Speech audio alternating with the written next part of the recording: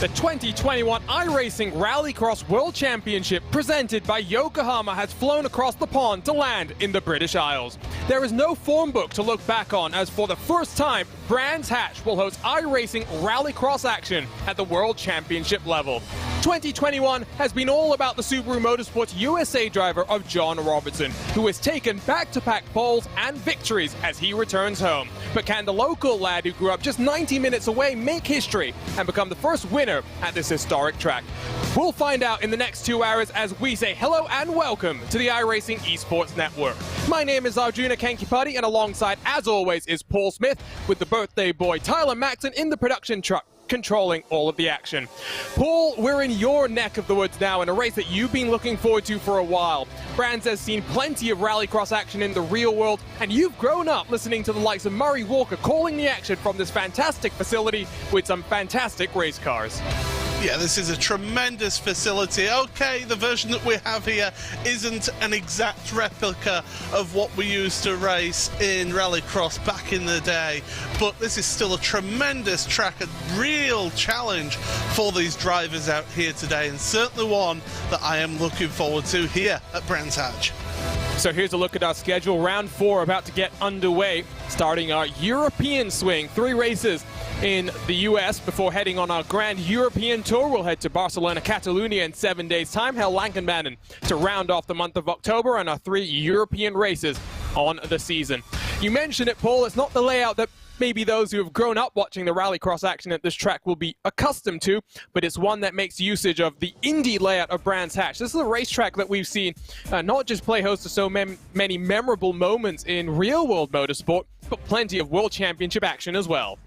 Oh, absolutely, and you know, if you ever want a stereotypical sort of old school style track, then this is it. Not the easiest place to overtake at in the road layout, but here in Rallycross, you've got some opportunities out there. Down towards Turn 1, into Paddock Hill Bend, through the chicane, up towards Druids, and then plunge downhill to the little sort of mini hairpin down at Graham Hill Bend. Along then the Cooper Straight up into Surtees and McLaren before heading through the Clark Curve and that Joker Lap as well. Well, and the Joker Lap, it is shorter in distance, so we should make it clear, because we've been saying that European Jokers tend to be longer. Shorter in distance, longer in time. About 1.5 seconds extra added to your lap time by virtue of the bumpy nature of that dirt Joker Lap. Around the regular Clark Curve you will go for 4 of these regular heat laps, and of course getting ready now for the All-Stars to head out onto track. This is where we have some fun. Set out a very eclectic group of drivers here at Brands Hatch to have some fun before Sim Racing's finest show us how it's all done. Ron Capps in his Beetle heading around the final corner right now. 5 minutes for qualifying. Drivers get 3 flying laps to set their fastest lap times. Currently it's GoPro Lopez of Team Fordzilla. Provisional pole of 56.230. It is one of the longest laps in Rallycross on the iRacing service, and definitely the longest lap we'll see in our 2021 season here, Paul. Certainly is, as you see that run through Turn 1 into 2 and then 3. This was part of the old Rallycross course, then into Druids here. Use of the handbrake there by Ron. Gets on the power. This jump wasn't here. The old course used to turn off left before this jump here. And then down. This is where you could potentially see some action into this Graham Hill Bend, although hitting the wall on the outside isn't the ideal line there, Ron. We're in your neck of the woods, Paul, so we're going to have to bring out some of the British slang. Argy-bargy, all sorts of things like that. This, you'll see, off to the right is the Joker, and it can be difficult watching drivers entering onto that Joker lap. We saw in our All-Star Invitational in the spring earlier in 2021, and just 7 days after this track came out, we had the first round of our All-Star Invitational presented by Yokohama. Sim Racing's finest as well competed there. Vicente Salas and Joni Olakainen got together on the Joker merge. That was during one of the last chance qualifiers. Craig's setup shot back for some more action. He's had some fun, plenty of flips as well in his 360.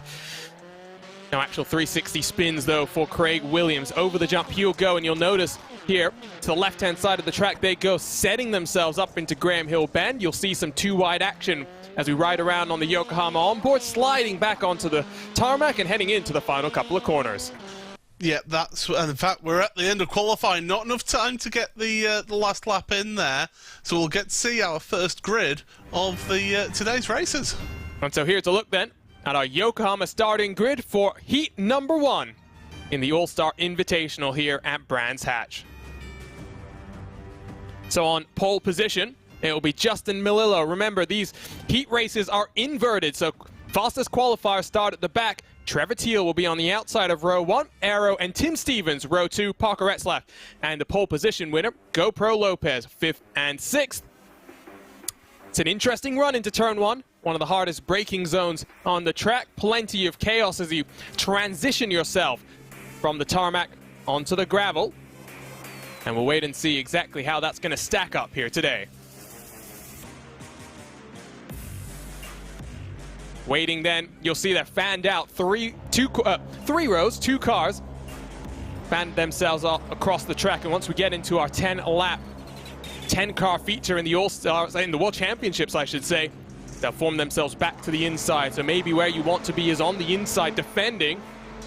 We've seen plenty of brave, opportunistic moves around the outside. Here we go then, heat number 1 underway. And already some chaos in towards that first corner. Melillo doesn't get the best start. Teal is side by side then with Aero, who got a rocket of a launch. They'll be side by side heading into turn 2. Need to be careful. There's a tire barrier ready to greet you if you're a little bit too eager with the anti-cut curve. All 6 cars through safely. Yeah, nicely done there, and sliding their way through Druids then on this first lap through the dirt. Up over the jump they go. You've got to watch your landing on that one, and you can see the car in second place, out of control. That's Aero, and that's what happens when you get your landing wrong. Oh, and he almost backs up into his traction GG colleague there. Melillo screams through just by the whisker of his teeth. Tim Stevens now attacking the back of Trevor Teal in the Nitro Circus star car. 1 car off to the Joker. Again, 1.5 seconds slower, so GoPro Lopez going to bump himself over the bumps. Try and find some clean track position to set some fast lap times here. Lap 1 in the books. Teal, Stevens and Retzlaff forming a train of cars. Hard onto the brakes they go into turn number 1.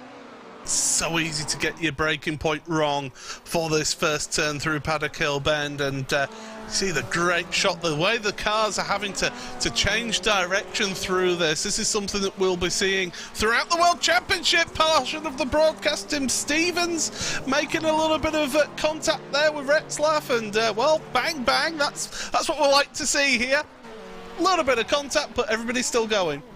And just a reminder as well, damage is off for these races, so with the new healing system on the iRacing service, you may see some cosmetic damage, but that'll get fixed up pretty quickly as these cars continue to roll around. 2 cars onto the Joker, not always ideal to follow someone through. Retzlaff and Stevens then will head onto the Joker. Trevor Teal still out there.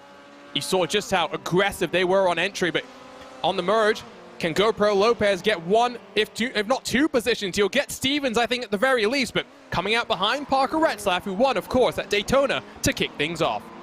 See, in that sort of situation, if you're the car following, you almost want to do the opposite of what that car in front of you does. So if they don't go for the Joker, you do, and vice versa. It's not the easiest to do that sort of tactic, though, here at Brands Hatch, because you've got that run through Surtees, and you're already lining yourself up in the entry of Surtees. Look at that over the jump there. GoPro Lopez all over Retzlaff. Oh, and trying to go around the outside, but the corner does really narrow on as you exit down through the banking of what is now on the outside of Graham Hill Bend. Loses a little bit of momentum, does Pablo GoPro Lopez. Trevor Teal, 2.8 seconds clear, so has managed to cover off the Joker. But not be surprised if he waits until the very last lap of this race and hopes for Retzlaff and for GoPro Lopez to continue fighting. Of course, 6 cars in this heat. 2 will advance straight to the feature. The rest of our competitors heading to the last chance qualifiers. That Fiesta all over the rear end of the Subaru, a little bit tighter. Retzlaff a bit wide coming in through turn 1. That can compromise you as you look rearward with the Dirtfish on board. Pablo, does he have a look to the inside? No, he doesn't. Still on the dirt, slinging their way through the hairpin, through Druids, and now down across that jump. It is such a fun jump, but it's also very, very easy to get some damage when you land very awkwardly. It's something that we've seen on occasion in Rallycross competition. You see how that Fiesta, though, Pablo GoPro Lopez has really got that working nicely, even though it is a fixed setup in this particular competition, the All-Stars, and well, he's certainly giving it a good effort out there. And in fact, they've been really closing in to Trevor Teal in front, so he did have that gap. He's looking like he may lose the lead when he takes the Joker. I was waiting to see left-hand side. You can see the timing tower shows which cars have taken to the Joker. Trevor Teal now only 6/10 in front, so has made a couple of mistakes. Wonderful camera shot as the cars sling themselves through that chicane and up the hill towards Druids. Trevor Teal hanging the rear end out one way then the other. GoPro Lopez is going to send it deep and lose a little bit of time. Still within the window, though, for Trevor Teal to come down to the Joker and still cycle behind GoPro Lopez. So looking like Retzlaff and Lopez will be going on through, but here we go down the hill into the Joker for the very final time. It's good to see Tim Stevens out there, the most dapper man on the grid. He certainly is in his suit and tie, but he's not going to get automatically through straight away in this heat. Very interesting race suit for Tim Stevens, but across the line, Heat 1 winner, Parker Retzlaff. He'll be followed through to our 10-lap feature with GoPro Lopez, and remember, it's an inverted feature. So these cars that have won will start all the way at the tail end of the field. Lots of work to do. As Aero and Justin Melillo, the two Traction GG cars that almost made contact on lap number 1. Unsafe rejoin that would have triggered Connery Maddock, that's for sure, by Aero. Still manages to come out in front of Justin Melillo. Across the line they come. A little bit of style on offer from the Aero car. Of course, a Twitch streamer. Likes to do a lot of drifting, so just showing off those skills. So here's a look then at the results on our first heat on the day. Good to see the one Ford in the field up there in second. Parker Retzlaff, GoPro Lopez through to the 10-lap feature. Let's take a look then at the starting grid for our second heat. Here is your Yokohama starting grid. Just 5 cars on offer. Ron Capps, Daniel Dye will share the front row. First time we've seen the ARCA driver of Daniel Dye in action here. Connor Barry, Luke Knupp, plenty of iRacing experience across the two drivers there. Craig Williams, of course, took a dramatic podium at the World Center of Racing to kick things off. We'll line up at the tail end of this field. And with just 11 cars in competition today, does mean just one last chance qualifier. It's going to be hectic. It's going to be frenetic. That is what Rallycross is all about. Some variety in this field as well. You've got 2 Subarus and 2 VW Beetles. So great to see some more diversity, not what we get to see when the World Championship cars roll out. Waiting for the engines to rev and for us to go racing for heat number 2. And away we go. Knupp doesn't get off the line at all. Craig Williams will look to the outside of Ron Capps. Beetle 1 and 2. The 360 car powers to the lead. Craig Williams in control. That's heartbreak for Knupp then. Not getting away at the start. I think he has been able to get away after having issues, it appears. But yeah, through the gun, look at them sliding their way through Droids. Yep, there's Knupp. We are missing 1 car from that grid, actually, aren't we? So something happened to Daniel Dye. That means that he's not taken to the start. You are right. So never say never if you're Knupp. Just wait for some chaos in front of you to unfold, and you might still find your way through to the feature. Williams, interesting call, straight down to the Joker. I don't know if I like this one. You'll come out right behind, I believe, Connor Barry, so he's going to have some lap traffic. It will be close between Williams and Barry, though. That's that Joker merge, but lots more speed for the car that's gone through the regular last turn. It's Barry on the inside, Williams on the outside as they get onto the anchors in towards turn number 1. Oh, Williams, a little bit aggressive on the turn-in, and he sent Barry to wedge himself into the barrier. Barry, he has got going again as Barry, but yeah, that's dropped him down all the way to the back of your field there. Knupp has taken that Joker as well, as you can see on the left-hand side of the screen. But yeah, not an ideal run through turn number 1 at Paddock Hill Bend, and unfortunately, that contact not quite working out for Connor Barry. No, and again, it's a good thing that we're here just for some fun, because Well, if things were a bit more serious, the $25,000 was on the line, like we'll see when we get to the World Championship portion of today's action. It will be much more debatable, and hot topic will be those incidents into turn one as Williams off into the grass. It just about manages to hold on. We're going to take a look then at the iRacing replay of what happened between Williams and Barry in towards that first corner. Here is a look, looking rearwards from Barry, trying to hold the inside, be that blocker on the inside on the apex of the corner. Not much he could really do as Williams gets into his left rear quarter panel.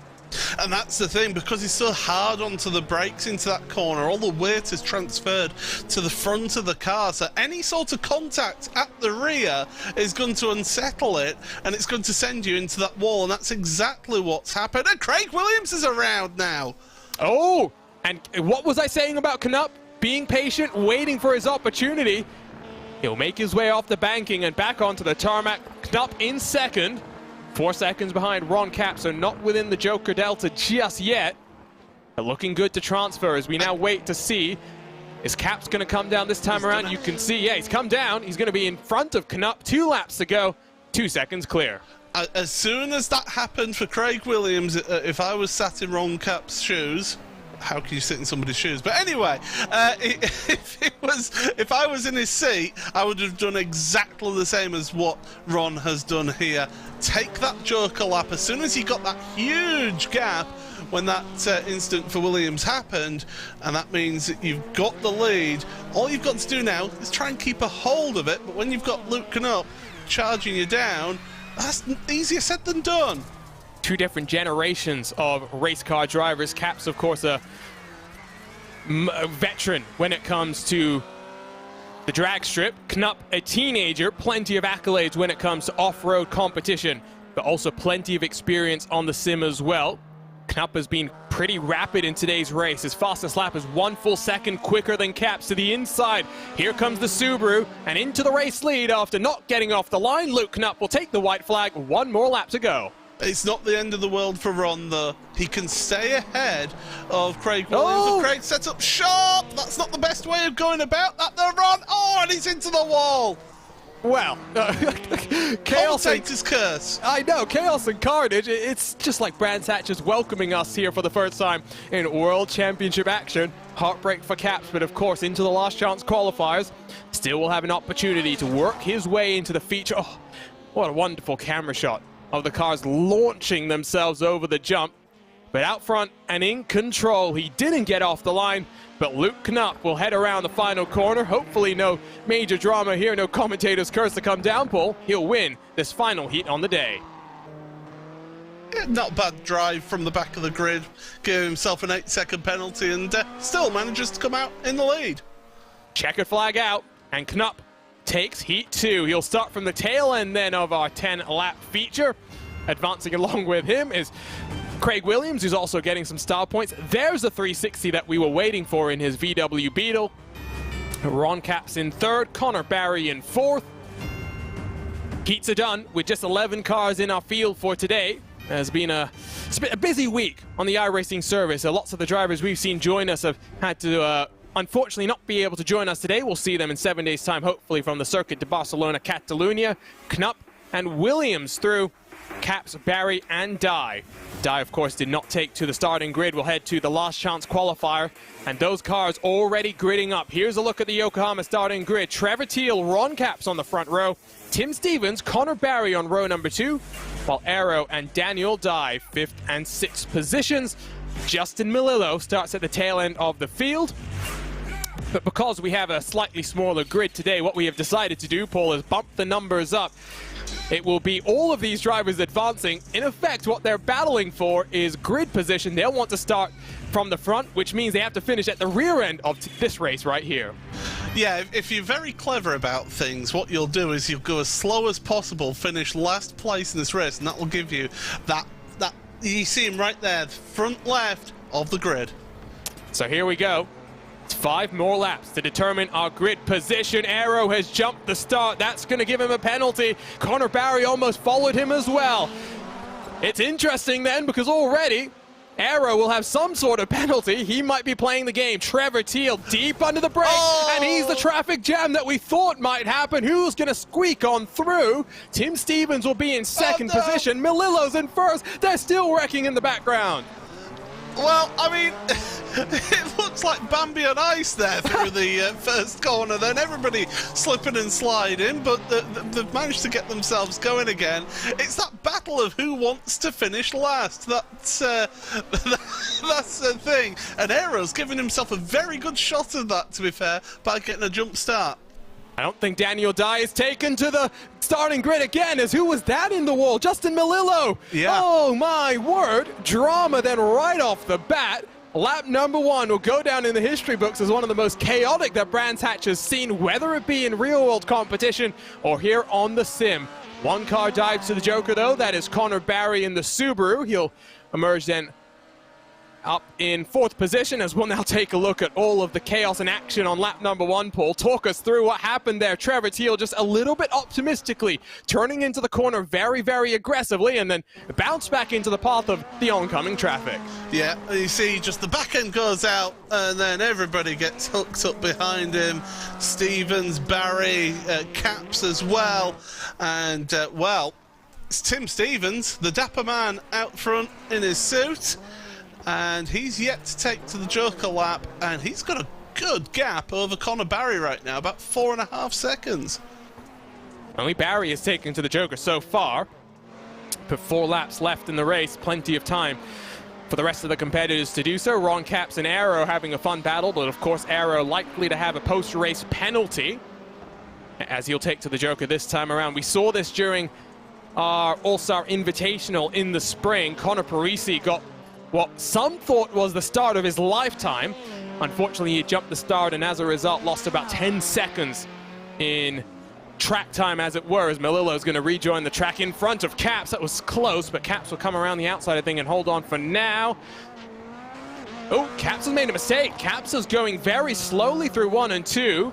He should hold off Aero at least for the time being. Does mean with the Joker that Caps might emerge behind the Traction GG car. This is very different, Paul. This is not what you expect when you traditionally come onto iRacing, where, you know, so winning is everything, especially when you enter some public races. But here, it's all about finishing at the tail end of the field. Well, I think Daniel Dye is going to do a good job of that, although he has been having issues taking to the start. So obviously something has happened there. Trevor Teal right now is in for a good shot of being on the front row of the grid, because he's not taken back to the track. And with Justin Melillo out there on track, he's decided, well, I'm going to at least finish this race, even if it is a lap or 2 down.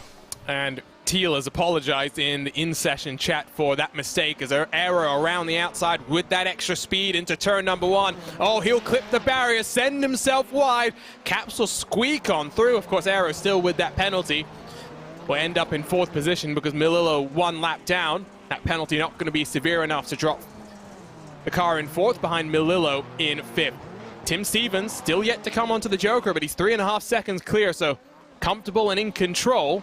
Most dapper man in the field. Also, potentially the calmest man is Ron Caps, then makes the mistake through that left-hand sweeping hairpin. Aero will come on through, and unless Caps gets this one turned around in time, Aero might finish in front of Caps now. It's not the end of the world, is it, really, though? For Ron, it'd mean that he'd start 1 place further up, wouldn't it? So I'm not saying that he's playing the game by any means, by the way. That was a genuine mistake that happened there. One man who's had a pretty instant free race, apart from turn 1, Tim Stevens, he's loving it up at the front. The Roadshow editor getting to show that those that can write also can do. That would very much appear to be the case, as that Subaru has looked very much in control. Look at that car body language, the way the car just rotates and maintains the weight transfer around the corner. Very much in control, and a good example of how to take that left-hand banked hairpin into the Joker. Over the bumps for the final time comes the number 64 machine. Tim Stevens should win this last chance qualifier. Does mean he'll line up then in the middle of our 10-lap feature. But out of the Joker, back onto the start-finish straight. Tim Stevens takes the checkered flag in our last chance qualifier. Connor Barry then in second, only about 1.5 seconds off the pace at the end of the day. Given what we saw at the start, wait now and continue to wait for the rest of the field to come on through. Yeah, here comes Aero, I do believe, across the line. And it'll be Ron Capps in a moment. He's behind Justin Malillo, who comes across the line. There's Ron across the line, so we should have our official results. And so now, here's a look at these results from the last chance qualifiers. Tim Stevens wins, Connor Barry second. As we said, Ron Capps and Aero do switch around. Justin Malillo fifth, Trevor Teal sixth, so he should start at the point of the field. But we are now ready to go. 2 heats, 1 last chance qualifier done. We're going to take a short break here on the iRacing Esports Network. Don't go anywhere. Feature racing action in the All-Star Invitational coming up next on the iRacing Esports Network.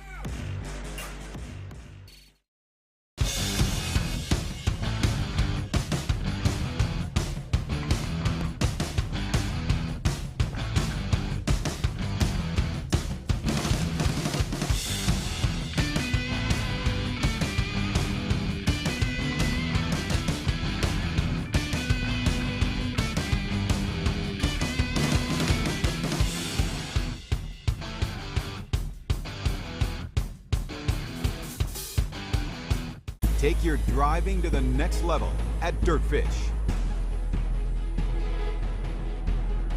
Gain confidence behind the wheel of an all-wheel drive Subaru STI or rear-wheel drive BRZ. Get sideways with skills on gravel, mud, and tarmac. Dirtfish offers programs for every driver. Visit dirtfish.com for details.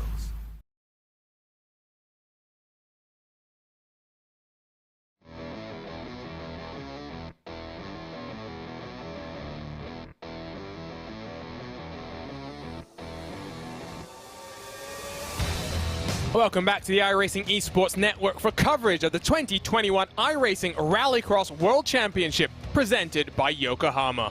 There's one thing that separates first place from the rest of the pack: the finish line.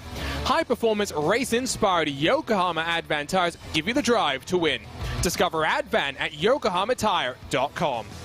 My name is Arjuna Kankipati. Alongside for the action today is Paul Smith. And Paul, Brands Hatch, such a fun racetrack, and plenty of chaos was shown there in the heats in the last chance qualifiers. We are now ready. 10 laps, 11 drivers. Boy, is this going to be interesting. Certainly is, and these drivers, they've been having fun all day. Apologies, I just went and punched my microphone. But yeah, these drivers have been having fun all day. Absolutely loving it, and yeah, they're all taking part in this feature race, and that means that they all get the opportunity to race each other at once now. If it wasn't crazy enough with the heats and the last chance qualifier, now we've got them all together on track. That's going to be a little bit mad, a little bit crazy. And here's a look at our 2021 schedule. Of course, the All-Star Invitationals preceding our World Championship action for the first time in 3 previous years. So this is the 4th season of World Championship action. We have 9 races with 9 unique venues. No repeat visits to any of the facilities on the iRacing service means challenges for veterans and rookies alike, as GoPro Lopez goes.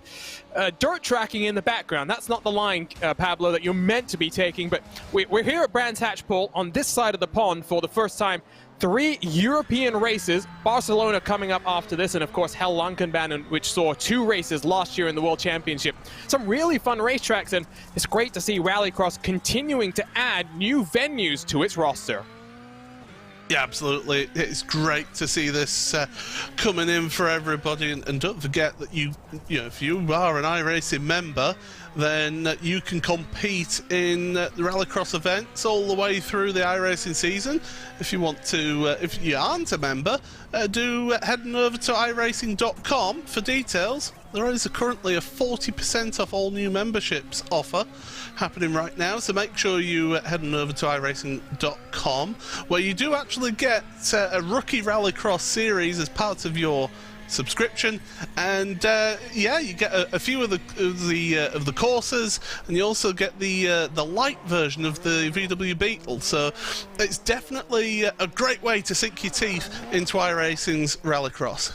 Yeah, that's a proper ladder that's now being built up on the dirt road side of the iRacing service. Like Paul mentioned, you've got the VW Beetle Light. There's also a fixed Rallycross series once you get to the supercars, 600 horsepower, 0 to 60 in about 2.5 seconds before you get to the open setup supercars action itself. And of course, just a reminder as we get ready to take a look at our Yokohama starting grid, iRacing special event calendar continues this coming week. Crandon hosts the trucks for what should be a thrilling race weekend. Starts already with our daily races that you can take part of, all building up to super sessions this coming Saturday. Here's a look then at our Yokohama starting grid for round 4 of the iRacing Rallycross All-Star Invitational. Daniel Dye, not sure if we're going to see him take to the starting grid. Technical issues, haven't seen him roll out onto track just yet, but might be Trevor Teal alone on the front row. Justin Milillo and Arrow, the 2 Traction GG cars, share row 2. Connor Barry, Ron Capps, 5th and 6th positions respectively. Been an interesting run so far for them in 2021. Tim Stevens and Craig Setup Shop alongside each other, 7th and 8th, while GoPro Lopez and Luke Knupp, 9th and 10th. Parker Retzlaff, winner at Daytona, will line up at the tail end of this 11-car feature. 11 cars here at Brands Hatch. Watch out for turn 1, Paul. It might be a traditional M25 traffic jam. Sorry, I've just overheard what Aero said in the race chat, and he says, I'm in danger. He's on the front row of the grid, so good luck to him. Trevor Teal hasn't lined up either, so row 2 becomes row 1. We'll have to wait and see how this fares out. 10 laps on the board. No car on the inside. Ron Capps, jump start. We saw that in the last chance qualifiers. We see that once more. Craig Williams gets the whole shot, bullies Ron Capps out of the way. Capps get a shot from behind. He'll turn Connor Barry. Carnage and chaos in through turn number 1. Cars going all sorts of sideways. Out front, though, Arrow emerges in the race lead. Justin Milillo battling side by side with Craig Williams. Williams around the outside. Parker Retzlaff, the real driver who lost out in all of that, and more contact happening through Druids. They're all trying to fight over the same piece of dirt, and that generally doesn't work out well. GoPro Lopez battling and banging his way past Connor Barry. Look at that slide job from looking up, and it's chaos at Graham Hill Bend. So Barry and GoPro Lopez are having to get themselves turned around and pointed back in the right direction. It's allowed Arrow and Craig Williams to run away at the front of the field. Tim Stevens has managed to scamper his way through the chaos to emerge in 3rd position. Justin Milillo running up there in 4th. Parker Retzlaff completes the top 5. Left-hand side of the screen, you'll be able to follow the Joker progress over the course of these 10 laps.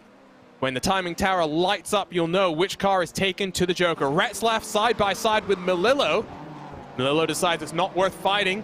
Retzlaff is going to knock the wall down, but holds on for now. In through the chicane where you can try and cut as much of those anti-cut curves as you feel comfortable doing, and up the hill into Drew as they come. To say that Retzlaff was the worst off of the turn 1 incident, he's done well to actually find himself suddenly in 4th place. He must be thinking, what on earth has gone on here? Well, I'm sure we're about to find out. So here's a look then at your iRacing.com replay. Basically, I think we need to take a look at the entirety of lap number 1 because, well, it was frenetic to say the least. GoPro Lopez and I believe that's Barry, they were side by side heading into the left-hand sweeper. They got themselves tangled up with one another. Somehow, Tim Stevens emerges unscathed through all of that chaos as onto the Joker comes one of the Traction GG cars. I believe that's Milillo will emerge behind GoPro Lopez. Arrow and Craig Williams now only separated by 0.4 of a second, so that Beetle is hunting down the race leader. Both cars outside of the Joker Delta right now, so for Tim Stevens, he needs to pull up the gap to about 2.5 seconds.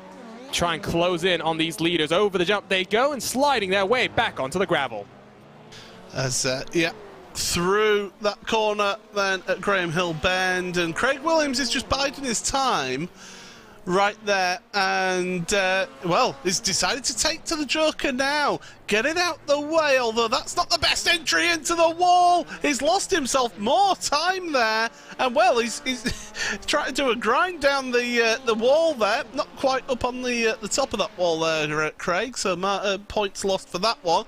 But yeah, Craig just losing a lot of time, and right now if I'm Aero, I'm possibly thinking take the Joker on this lap. That was a nice Tony Hawk impersonation there. Like you said, though, doesn't nail the landing. Is going to lose style points for that one. The gap, 1.8 seconds. What can the Traction GG car do? I think it's fair to say as well, not being the easiest of 2021 All-Star Invitationals for both Aero and Justin Melillo. Melillo's had some sort of an issue that's seen him pull himself down onto pit road. You can see on the left-hand side of the screen, everyone except your race leader has come down to Joker. Only 3 laps done, and Aero is going to stay out there for now. You can see coming through Clark Curve, using the tarmac, trying to build up the power. 4-wheel drive, you want to make sure that you're turned in before you slam onto the throttle and go foot to the floor. That gap's 1.4 seconds. I think even with the Tony Hawk impersonation, Craig's setup shot might still be in a good position to take this lead away. But this is why, if I was Aero, I would have taken that Joker straight away, because he just was on that borderline of staying in front, and it's easier to defend if you're actually in front of the driver than if they just close up the gap. And now look at it, Craig is right there with Aero, and it's pretty much a given. Over the jump he'll come, putting the pressure on. Riding around with the Yokohama onboard, Aero likes to drift, gets the rear end out, but that's going to cost him time. Almost halfway through this one. Does Aero come down this time around, or is he going to stick out there and frustrate Craig Williams? He's going to stay out there. He's going to frustrate the Beetle, but to the inside, Williams had a thought about it. I'm not sure what happened there. Did he get a slowdown penalty? Yeah, he possibly did get a slowdown penalty, so that cost him a ton of time, but not enough for Aero to pull away enough. Something's happened to Connor Barrett. You could see the left-hand side of the screen. He's dropped behind Ron Capps at this point in time. Brands Hatch, really a brutal racetrack, it turns out, when we have this Rallycross configuration. GoPro Lopez chasing down one of the best in the dirt, Luke Knupp. Sliding through that chicane. That's the type of attitude that we'll see from the cars when we get to the World Championship portion. Knupp looking really, really strong. GoPro Lopez has been one of the fastest cars, though, throughout this first part of our action today. Yeah, but it just goes to show, if you've got that inverted grid and you start towards the rear, just how much it disadvantages you. You're more likely to get involved in the shenanigans on lap 1, which is exactly what happened to GoPro Lopez. It's all well and good having that speed. You've then got to make the moves to make it count. And to describe what the Joker lap is for those who are new to Rallycross action, you can see there on the left the dirt that rejoins onto the track. Joker lap is in effect a one-off that drivers have to take. Usually on an American track, it's a shortcut, anywhere from 3 to 11 seconds shorter than the regular lap. Here on the European circuit, even if it's a shorter distance that you travel, tends to be a little bit longer in terms of time. So in the case of Brands Hatch, 1.5 seconds slower than the regular lap, and that's by virtue of the fact that it's a dirt corner. It's also very, very bumpy, so you lose a little bit of time there. It's all about timing that Joker strategy to find some clean air and make sure you position yourself in the perfect possible position. Looking rearwards from Luke Knupp, being chased down by GoPro Lopez. Yeah, GoPro's just not keeping up with him at the moment, and with Aero being the only one yet to take to the Joker lap, GoPro Lopez this is genuinely on pace. Those 2 Subarus in front, just able to power away and to stay ahead of him right now. But that Ford, it's a shorter wheelbase car. He can use that to his advantage through the turns, a little bit more nimble through the corners. You could see him really close up under braking as well. Over the anti-cut curves, look at that wonderful shot through the chicane. It's always weird to commentate on Team Fordzilla when they're not in a Ford, but it's great to see Pablo GoPro Lopez in that Ford. We might also be seeing his sim racing teammate join us in the next 5 rounds of this All-Star Invitational. The 2021 NTT IndyCar Series champion, Alex Palou, currently having a whirlwind tour of the US. As Aero takes to the Joker, so he's going to do it early. Around the outside, does Williams have him covered? Yes, he does. Craig set up shop to the race lead. Arrow will slide out in second, about 1.5 seconds clear of Tim Stevens. But look at this battle behind Stevens and Canup now. Canup has been faster, he's really pushing on, and he's wanted to try and get past Stevens so that he can have a go at those drivers in front. Look at this is great stuff, and if this is what the World Championship guys are going to show for us, you are in for a treat in the next hour of action. As to the inside, hard to see from there, but just about get a look side by side. Knupp and Stevens, they'll barge over the jump. Stevens still in control, but it's getting awfully close between those two cars. Yeah, the dapper man versus the youngster, and GoPro Lopez now is saying, oh, I want a piece of this action as well. Through on this one, into the inside, Canup, little bit of a contact, push to pass, that should be a job done. This is the perfect description and visual explanation of the fact that Rallycross is a cage match on wheels. GoPro Lopez trying to search for a way past Stevens, nothing doing there. Stevens will defend hard to the inside. GoPro Lopez almost clips the wall, and he'll clip Stevens around. Tim Stevens goes around. My, oh my, GoPro Lopez got the chrome horn out. Final lap of the race. It's looking like Arrow and Knupp for second and third positions. Yeah, certainly does. As well, that was rather unfortunate there for Tim to get caught up in all of that. But it does mean that we've still got this battle going on. Canup and Arrow. Canup wants second place. I don't think he's quite going to get it though. We'll have to wait and see. Out of the final corner, it will be Craig Williams. As who's that going very, very sideways. Not close enough for Canup, but across the start-finish line, it's Great Britain's own for the second time in 2 weeks. It's a sim racer who wins. It's Craig Shed Up Shop and Craig Williams across the line to win at Brands Hatch. Oh, the big impact there across the line. But yeah, Craig Williams absolutely delighted with himself for that victory there. Incredible, and well, Arrow getting cleaned out across the line there, but he will still take second position. My word, Brands Hatch, what a wonderful facility it is, and it put on a show with our All-Stars. Sim Racing's best has a lot to live up to. Still waiting for the final couple of cars to come across the line. Connor Barry, Ron Capps, a drag race. Not close enough though for Capps. Connor Barry, multiple incidents, drops him to 7th. Here's a look at your race results. Craig Set Up Shop wins, Arrow in second. Luke Knupp finishes out the podium. Parker Retzlaff, who of course won at Daytona, finishes in 4th, while GoPro Lopez 5th. Tim Stevens, well, at one point was looking odds on for a podium. Contact with GoPro Lopez drops him behind out of the top 5. Connor Barry, Ron Capps, Justin Melillo finish us off the cars that remained on the track. Daniel Dye, Trevor Teal, the two cars we didn't see take to the start, meant that row 2 became row 1 when we took the green flag. Incredible stuff from our All-Stars as always. What a treat it is to have such a eclectic group of drivers. We've got drivers from Full Metal Motorsports, we've got sim racing drivers. Of course, last week we saw Casey Kerwin took the victory at the Iowa Speedway. We'll be right back on the iRacing Esports Network for post-race coverage from the All-Star Invitational. Don't go anywhere, we'll be right back.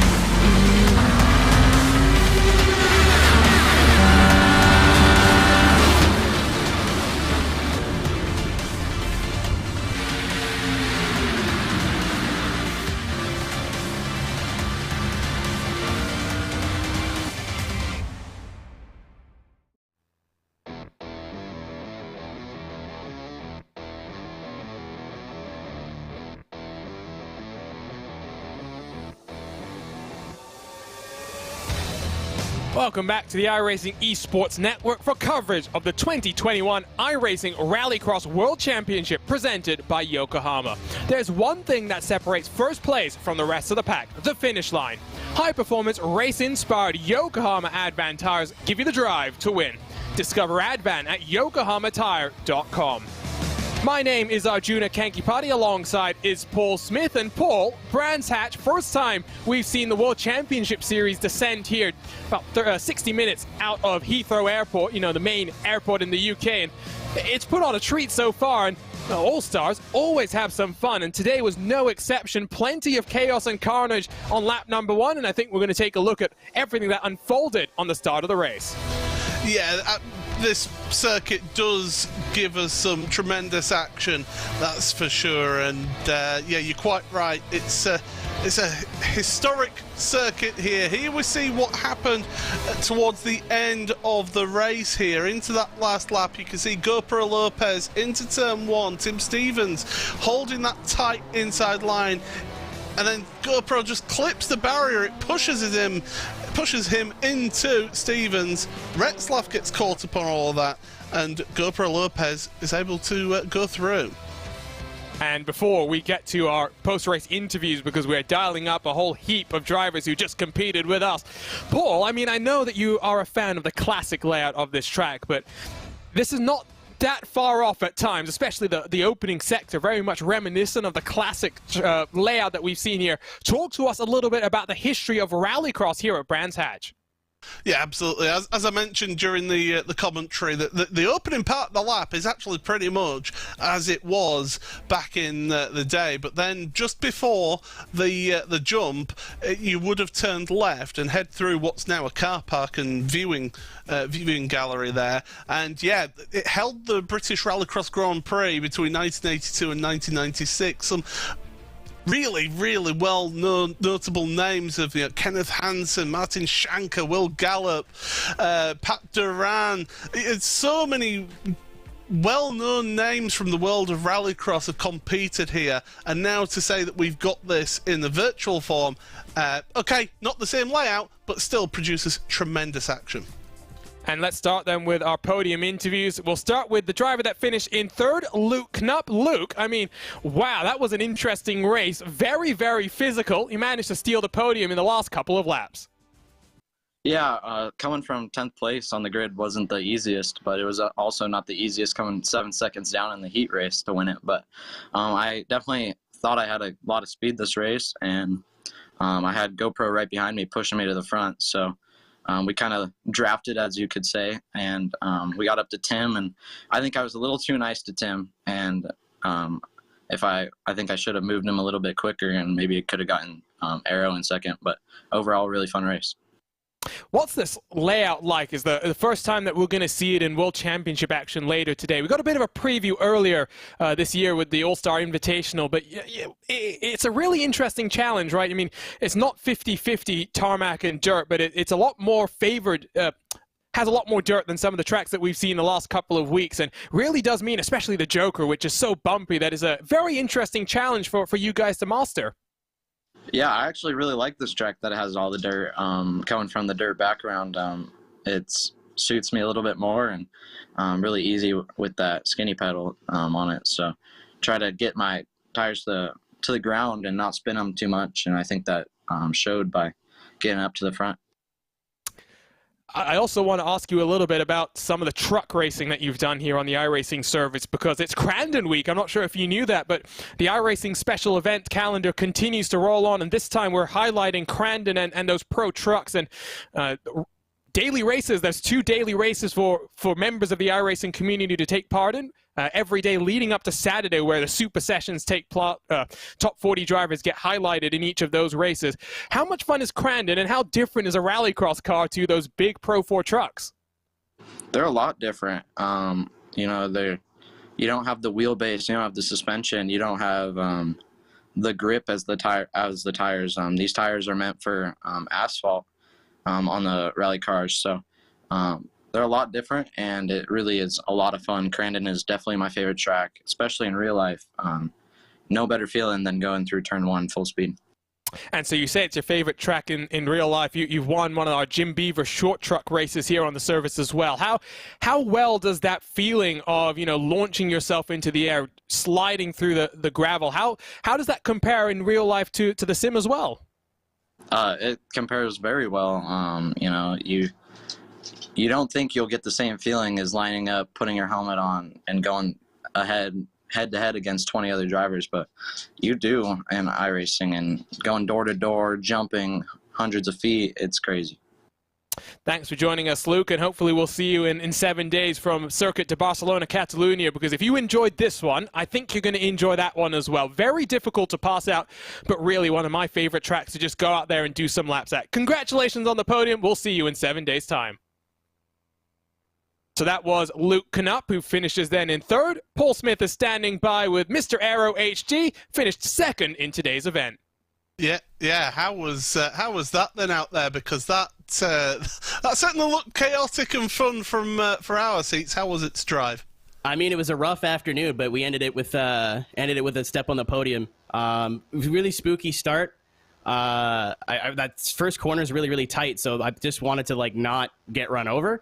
I look back in the mirror after the first corner. I see everyone squabbling. I'm like, cool, I can kind of pull away a little bit because I know I don't have the pace of some of the fast guys here in the All-Stars race.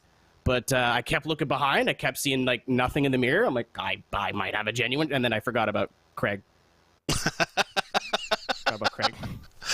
Well, we all generally forget about Craig at times, but I did overhear you before the start. You're starting there on the second row, even though it became the first row, and I heard your best Ralph Wiggum impression. Were you really that worried about all that gang coming up behind you into turn one? I was more worried about embarrassing myself, to be honest. I didn't get as much practice as I wanted, and I got a little bit of a stomach bug going into today.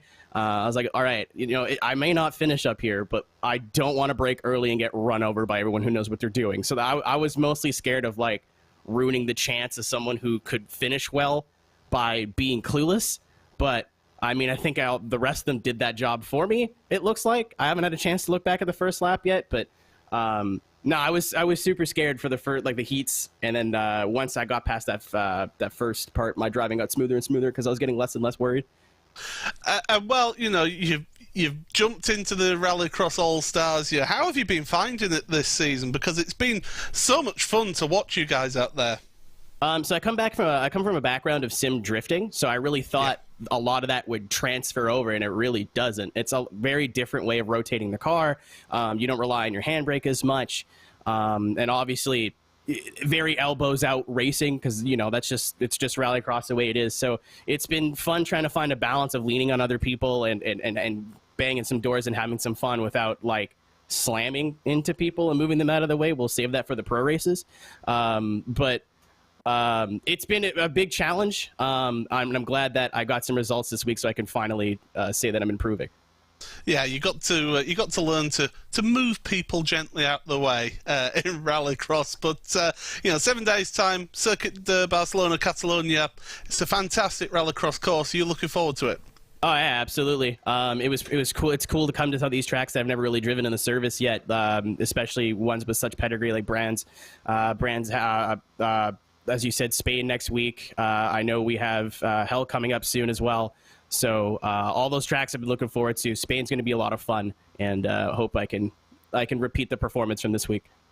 Well, congratulations. You got the second step on the podium this week, and all the best for next week. Yeah, thank you very much. Thanks to my sponsors. Thanks to the homies at Dieselworks, and I'll see you guys next week. Take care.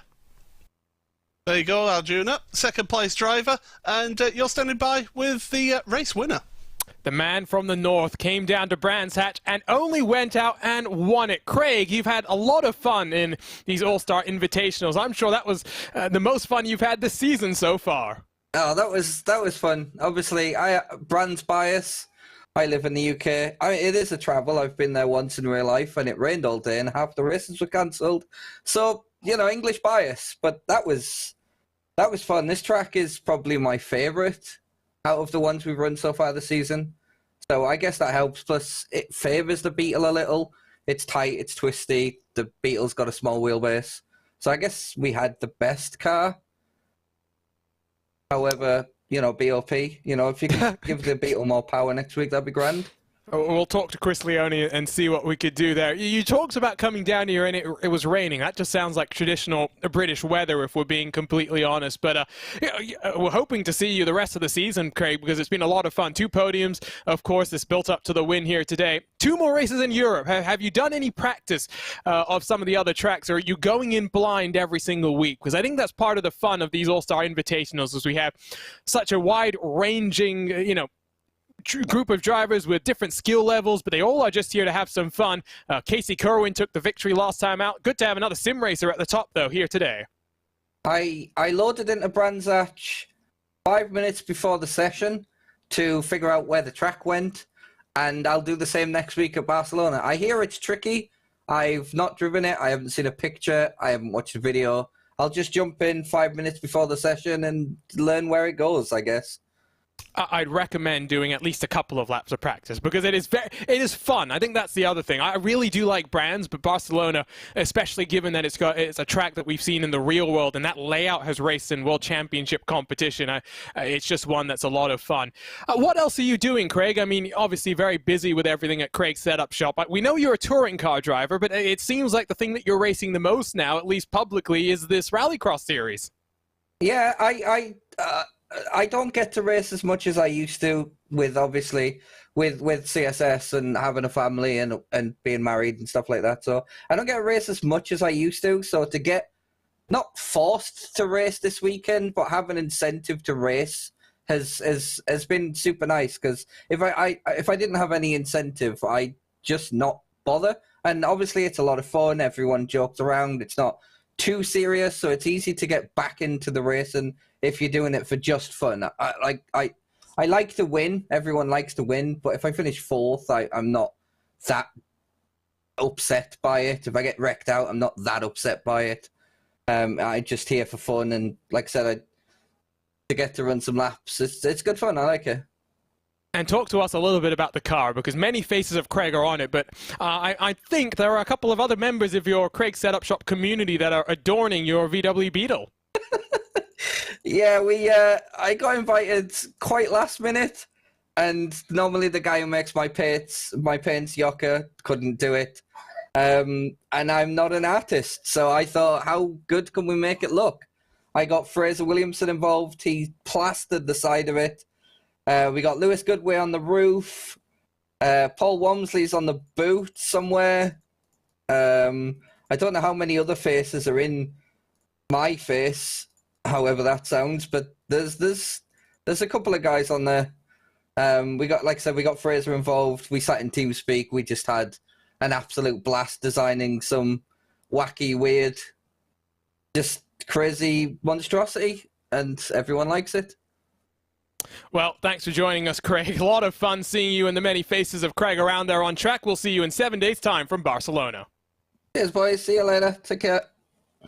So that was Craig Williams of Craig Setup Shop. And, well, I'm not sure if we have any more interviews, Paul, so it's time to start looking forward to the World Championship stuff. That's going to be up next on the iRacing Esports Network. The All-Stars are done.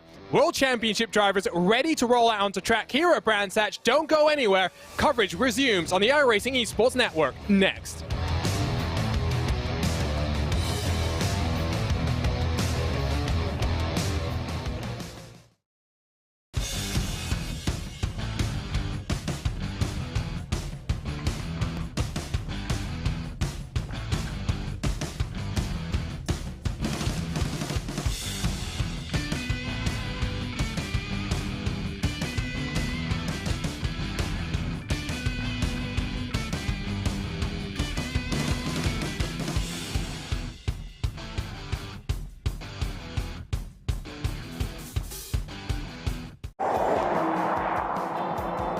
Today's new cars have upwards of 100 computers in them, and a dashboard rivaled only by a commercial airliner. But wouldn't it be nice to really know what all that does for you? At Roadshow, we demystify the world of modern transportation with reviews of your next car, the latest news on what's changing the industry, and videos covering every screen and every new feature you'll encounter in the driver's seat. Get informed, get smart, and get going with Roadshow. Take your driving to the next level at Dirtfish. Gain confidence behind the wheel of an all-wheel drive Subaru STI or rear-wheel drive BRZ. Get sideways with skills on gravel, mud, and tarmac. Dirtfish offers programs for every driver. Visit dirtfish.com for details. This is iRacing, the world's premier online racing game. iRacing puts you in the driver's seat to experience today's newest form of competitive motorsport, virtual racing, all from your home PC. Race virtually in endorsed series from NASCAR, IndyCar, IMSA, the World of Outlaws, Aussie Supercars and more. Take on legendary circuits like Daytona, Silverstone and the Nürburgring. Join iRacing's global online racing community and get on track today at iRacing.com.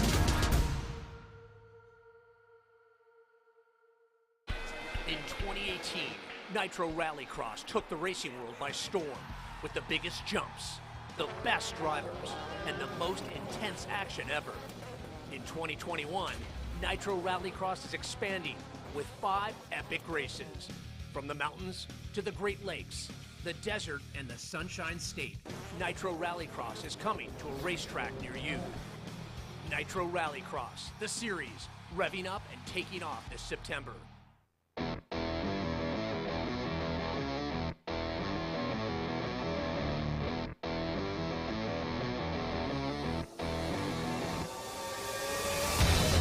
Welcome back to the iRacing Esports Network for coverage of the 2021 iRacing Rallycross World Championship presented by Yokohama. There's one thing that separates first place from the rest of the pack: the finish line. High-performance, race-inspired Yokohama Advan tires give you the drive to win. Discover Advan at yokohamatire.com. My name is Arjuna Kankipati, alongside is Paul Smith, as we get ready to send out 28 of sim racing's best to the track at Brands Hatch for our World Championship race. It is round 4, and 2021, Paul, has been all about Subaru Motorsports USA and John Robertson. Robertson grew up just 90 minutes away from Brands Hatch. If he wins here today, he will become the 4th driver in history to have won 3 races back-to-back. What a season it's been so far. Will it continue here today? Yeah, already we've made it into the second third of the season here at Brands Hatch with the start of that, and well, we've had tremendous action all the way through those first 3 rounds of the championship. But yeah, Brands Hatch here today. I've been looking forward to this one all season. I cannot wait. It's a just under 2-kilometer circuit here at Brands Hatch that we're running. It mixes in the traditional Indy layout, the shorter configuration of Brands Hatch, which is used when you run road course races here, with some dirt thrown around, turns 1 and 2. Now, partly a chicane, as you'll see at the left-hand side of the track map now. Hard braking zone, one of the hardest braking zones across the season at the longest track on the season. 62% asphalt, 38% dirt, where the Joker is a shortcut, but because it is dirt, because it is bumpy, is 1.5 seconds quicker.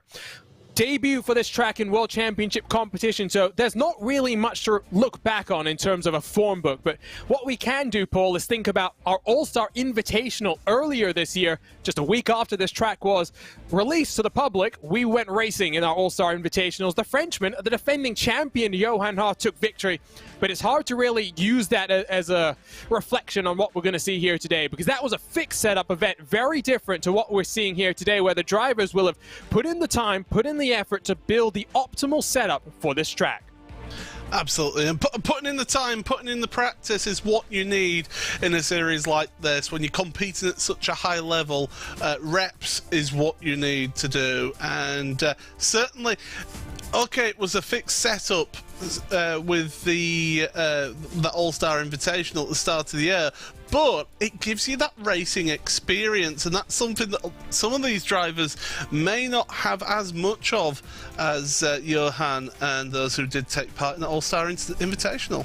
I should correct myself. I think I said John Robertson will become the 4th driver in history to have won 3 events in a row. No, that's wrong. It would be the first time we've seen a driver win 3 events in a row. We would, though, see the 4th driver in history take pole position, the Yokohama Pole Award, 3 times in a row. Robertson has been very, very quick when it comes to qualifying. Let's talk then about the way that the season has played out so far and look at our championship standings so far in 21. Subaru Motorsports USA, John Robertson, 78 points and 12 clear of Joni Ollikainen. Tommy Holman, Vicente Salas, and Kevin Ellis Jr. complete the top 5. And a reminder, the top 10 will lock themselves into our 2022 World Championship pool. So there's not just fights to, get the prize money, to get the bragging rights. You want to make sure you're locked in and you don't have to go through the qualifying series. Yeah, and I'll tell you what, the qualifying series is so intense and so hard to go through that these drivers will be desperate to finish in that top 10 of the championship, not just for the prize money that's available, but also so it gets them the automatic qualification. So yeah, it is so important to do that in the series. So let's very quickly talk about keys to victory here. Joker re-entry, we saw that in the spring. Vicente Salas and Joni Ollikainen getting together on the Joker merge, coming to the checkered flag. You need to make sure you survive turn 1. We saw that here in our All-Star Invitational just earlier today, and avoiding slowdowns, especially through the tricky turn 1, 2, 3 complex. It is time to take a look at the first Yokohama starting grid for our World Championship here at Brands Hatch and hand out our Yokohama Pole Award. John Robertson, 3 in a row. Robertson is on a roll, becomes the 4th driver in series history to have taken 3 pole positions in a row. Vicente Salas has been impressive in 2021, has locked himself into the eNASCAR Coca-Cola iRacing Series for 2022. Full focus then on Rallycross for the remainder of the year. The king of the dirt, Alex Bergeron, 22 wins when it comes to dirt oval competition for him. He'll be alongside the second of the Elliott Sadler Esports machine, Garrett Maines. Locked himself into the championship for eNASCAR action as well, finishing on the bubble. Bo Albert, Luke Krause 5th and 6th. Marcos Matamoros to complete heat number 1. We are ready to race from Brands Hatch. 5 laps on the board, getting ready to storm their way down into turn number 1.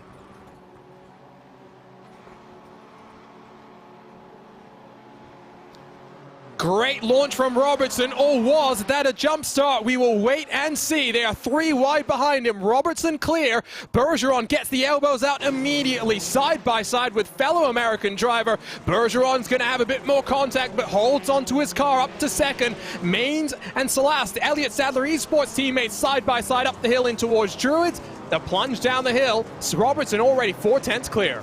Now, did Bergeron and Salas get a slowdown penalty through the chicane there at the start? It looked very close with the anti-cut curbs. They seem to have got away with it, but yeah, I'm like you, Arjuna. I'm not so sure that John Robertson got that cleaner start. He may, if he didn't get a jump start there, that is an impressive launch. It's what we saw with Connor Parisi in the All-Star Invitational earlier this year, so we'll have to wait and see. Only time will tell, and once we get to the conclusion of these 5 laps, left side of the screen, you'll see our points leader is highlighted in red. You'll see that over the rest of the year. Robertson in through turn 1. Salas trying to use the bumper to force Bergeron to enter this chicane a little bit wide. You can see how much of the anti-cut curb they're going to use at this point. Really attacking and hounding each other. Salas a little bit more contact as they come through the hairpin. Over the jump they'll go. Have to watch out for Maines behind because he's lurking. If anything happens here, Salas is going to get shoved off wide. He returns the favor to Bergeron. Salas into the wall, and Bo Albert comes on through. Well, that was an unceremonious way to get past there. Bye-bye, thank you very much, and enjoy your time in the wall. See yourself in the last chance qualifiers for Salas then. He's taken a tour back to the pit, so he's not going to compete in the rest of this heat. I mean, that was rather rough, but this is Rallycross at the end of the day. Hey, he started this season off in splendid form as Bergeron and Maines now start to duke it out for what is 2nd position. Really impressive was Salas in the first couple of rounds.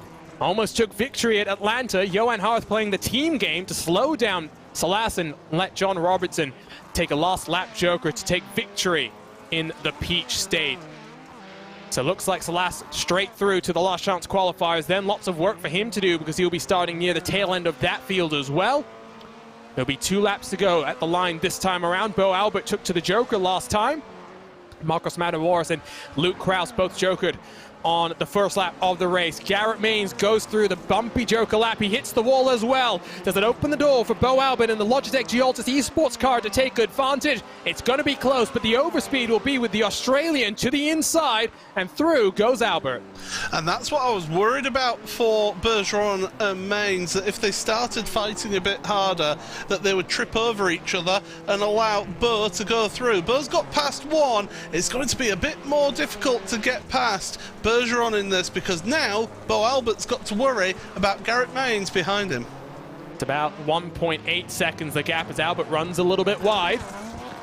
Joker Delta about 1.5 seconds here, so Bergeron might be looking comfortable at this point in time to advance to a feature event. We did see Bergeron in the first feature of the season, has not qualified the last couple of races. So much iRacing World Championship experience for Alex Bergeron. He comes then through the final corner, not going to be jokering this time around, neither does John Robertson. Question remains, is the white flag in the air? Final trip around Brands Hatch in heat number 1. Did Robertson get a jump start or not?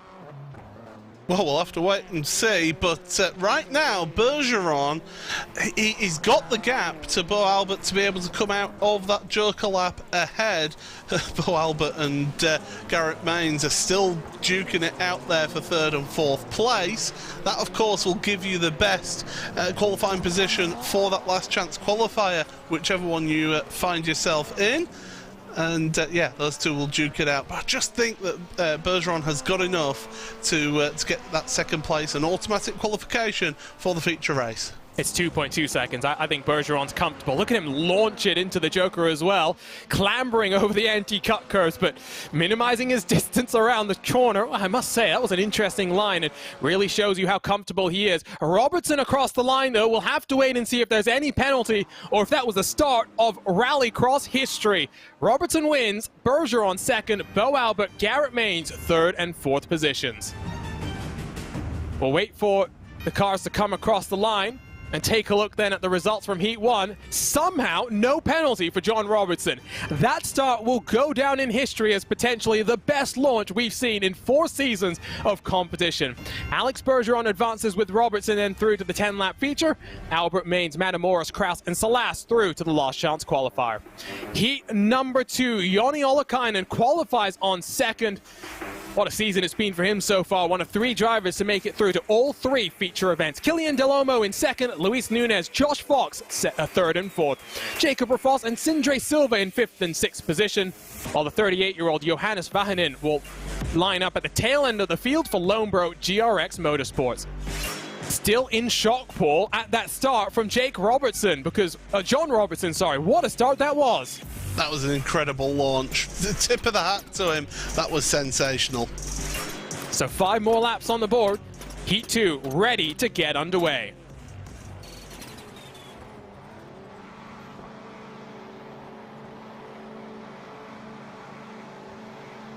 And we're green from Brands Hatch. Great start from Delhomme. Can he get the whole shot on his teammate? Ollikainen's going to go deep under the brakes. Gets that car sideways with the aid of the handbrake. He causes an almighty stack up. Nunez holds on to 3rd. Jake Fox still in 4th. No passes then in the top 4. Rafos gets his elbows out to hold off Sindre Silva. In towards Druids. No changes here on the start. Oh, Jona did touch the wall through turn 1, but fortunately got away with that one. Everybody flying over the jump into Graham Hill Bend, and Josh Fox, I think he got his line a little wrong though. He's coming under pressure towards the rear of the field. There you see him right now, and he's got Jacob Rafos, Sindre Silva, and Johannes Vahanen. Rafos, pretty impressive from Brands Hatch in our All-Star Invitational earlier in 2021. The first time we really got to see the driver competing at this level of sim racing competition, attacking a 4-year veteran of the iRacing Rallycross World Championship. Ollikainen 1 second clear. Didn't get the greatest of launches. Look at this camera shot. What a camera shot it is. Look at how close to the tire barrier they get. Josh Fox still under pressure then from the car behind. About 1 second adrift from Luis Nunez up the road. Yeah, Nunes, who did actually finish third in the qualifying series here, so he knows a little bit about being in third, but he wants to at least be one place further up in this heat to find himself automatically into the feature race. So right now, the Logitech GLTC Sports driver, he's trying his best to pedal up to Kylian Delormeau. Sindre Silva and Johannes Vahanen have gotten together through the left-hand banked hairpin at the outside of Graham Hill Bend. Both the drivers have lost a lot of time, and I think Vahanen might indeed have had to come down onto pit road as well. You can see now on the left side he cycled himself up, usually a telltale indication that a car has had to reset back to pit lane. Let's take a look at the iRacing.com replay for exactly what happened there. Side by side on the entry is that Hemp Fusion Ford Fiesta, tries to squeeze the Subaru, and then, well, unceremoniously shoved into the wall. The 38-year-old Vahanen, nothing he could really do. Back to live pictures. 1 second separates the Set Esports teammates out front. Delormeau representing Set Team GRX, and he's now feeling the pressure from Nunes. Does Nunes come down to the Joker this time around? No, he's deciding to wait behind him. Josh Fox elects to go. Yeah, that's a well, now that Fox is gone, you could well expect to see Nunes take the Joker in this next lap, just to do something different to Kylian Delormeau, get that little bit of extra space, clean air, he's not getting held up by the car in front, and maybe try and push on for the final 2 laps. On board with the Spaniard representing Logitech Gioltas Esports. Slides his, a little bit of contact there on the wall as well, slides his way in through Druid. You can see they're running themselves out wide. That's just to pick up a little bit more extra speed on the run down the hill. It's not always about minimizing distance, it's about finding grip, and sometimes it's in unusual positions. Ollikainen looking comfortable though, now 1.4 seconds the advantage between him and the cars behind.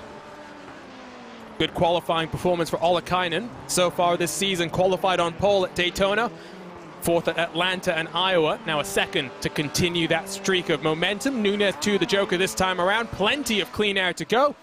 Less than 2 kilometers left on the clock as we have the final lap here at Brands Hatch. He's got a bit of a task at hand now as Nunes to try and get that Joker Delta and to try and make that last lap count, but Yone doing a fantastic job up at the front for Set Esports. Over the jump, he'll come. Tire tracks followed by Kylian Delormeau. The Delormeau family well represented here in the World Championship Series. We'll see Quintin Delormeau, one of the brothers, representing Kligerman Sport in a bit of time. Delormeau finished 4th on his first feature race appearance last time out at Iowa. Looks to back that up with a trip straight through to the feature as well. Ollikainen and Delormeau over the jumps, out of the final corner, and Ollikainen will win heat number 2. Kylian Delormeau advances with him. Heat 2 was very clean, very respectful. Not necessarily what you expect from the cage match on wheels that is Rallycross action. Wait for Sindre Silva to come across the line. Let's take a look then at results from heat number 2. Ollikainen and Delormeau advance. Luis Nunes, Josh Fox, Jacob Raffos, Sindre Silva, and Johannes Vahanen heading through to the last chance qualifiers. Yokohama starting grid for heat number 3. Kevin Ellis Jr. What a performance from him 7 days ago. Took 2nd place from Iowa. He'll line up alongside the youngest driver in the field, Jarno Leskinen, 13 years of age. Jake Robertson will line up alongside Rasmus Tuominen, who won here in the qualifying series. Toni Latinmäki, Tommi Nukarainen, 5th and 6th position. Thomas Wangen for Team Yokohama lines up then at the end of this heat. He's been one of our hard chargers so far this season, currently leading our Hard Charger Award rankings. Look at the staggered formation of cars. Rows of 2, fanning themselves one way across the track and then the other. 5 laps back on the board. Heat 3 ready to get underway.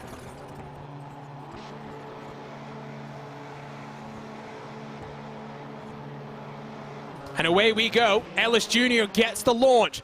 Already, Tuominen is attacking to the inside of Leskinen. Bit of contact further back for the second of the RLL machines. Wangen shoves Jake Robertson wide.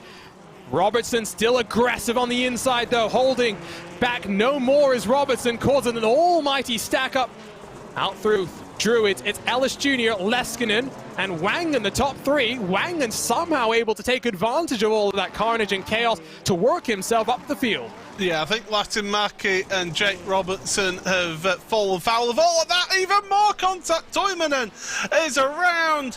Oh, Rasmus, no, that's not what you need down there at Graham Hill Bend. It's absolute carnage here on lap 1, and that's allowing Ellis Jr. and Leskinen to pull away at the front. What did I just say about Heat 2 being clean? It was inevitable, a bounce-back reaction, you would think, as Ellis Jr. and Jarno Leskinen now about 3 seconds clear of Thomas Wangen in third. So looking good for these two drivers to advance, two rookies in the series. Of course, Jarno, 13 years of age, but plenty of experienced heads to help him through this World Championship campaign. Josh Fox's teammate at Hanson Williams Esports, but of course they've got Sami Matti Trogan, the 2019 champion, to give them plenty of advice when it comes to keeping your cool. Here's a look at the replay on the start. You can see Robertson unceremoniously shoved through turn number 1. Tuominen and Leskinen duke it out side by side, and there you can see Robertson trying to get some payback in effect for what happened in turn 1, being a little bit too aggressive. Latinmäki and Robertson pay the price. Yeah, we say it's cage fighting on wheels. Well, that was just straight out of pro wrestling's playbook right there. Oh, you're going to hit me? Well, I'll have you back, and this time with a chair. That's what that looked like right there. But the front two. Now, if these two are smart up here at the front, they won't fight each other, because at the end of the day, they're getting themselves qualified automatically through to the feature race, and that's all that they need to do. Leskinen doesn't need to fight Ellis Jr. Yes, it gives you a better starting position in the feature race, but right now, you don't need to fight too hard. I mean, these are two drivers fighting over the Dirtfish Rookie of the Year award. Leskinen, who made the feature in the first couple of races, showed very strongly what he's made of in the opening rounds. Kevin Ellis Jr., as a result of that second place finish last time around, has taken the advantage in the Rookie of the Year standings. And thanks to our partners at Dirtfish, our 2021 Dirtfish Rookie of the Year will receive a complimentary 3-day course from Dirtfish, the official rallying school of iRacing Rallycross. 2 laps to go then. I'll head downhill in towards Druids. I love that shot of the cars using that anti-cut curb as a ramp onto the chicane. This is Thomas Wangen and Tommy Nukarainen very close for third. These two drivers don't want to battle too hard, because if they let the likes of Latinmäki and Robertson close on up, it's grid position for the last chance qualifiers. They're side by side over the jump. It's always a risky proposition. Wangen holds on for now, but Nukarainen looking aggressive. Yeah, if you make contact mid-air, it can fire one or if not both of you way off track. So definitely one to keep an eye on. Oh, speaking of keeping an eye on, that's Leskinen to the Joker lap. Now we'll wait and see what the clean air will be from the young Finnish driver. There you can see the results on the season so far. 10th at Daytona, 6th at Atlanta. And of course, didn't qualify then for the feature last time out. So left side of the screen, you can see the cars that have taken to the Joker. The tower will light up when cars take that 1.5 second penalty. Potentially the first time that we'll see these last lap Jokers, which is typically what you expect when you're leading a race and comfortable, especially when it's not a shortcut, but instead a penalty that you must pay. Jake Robertson, heat race goes from bad to worse. He's had an issue. Will finish down the tail end of the field. Ellis Jr. through the bumps and through the Joker. That's an interesting line. Not sure if that's going to be dinged by the iRacing race control. It will net him Heat 3 victory. Back-to-back Heat 3 victories for the Rahal Letterman-Lanigan driver of Kevin Ellis Jr. Jarno Leskinen advances through with the Scotsman, Thomas Wangen, Tommy Nukarainen, Tony Latinmäki, Rasmus Tuominen, and Jake Robertson. We'll have to now head to our last chance qualifiers. Barney the flagman having to wave that checkered flag for some time as we wait for Robertson to cross the line. Here's a look then at those results from Heat 3. Rahal, Lenneman, Lanigan at the front and the back of the standings.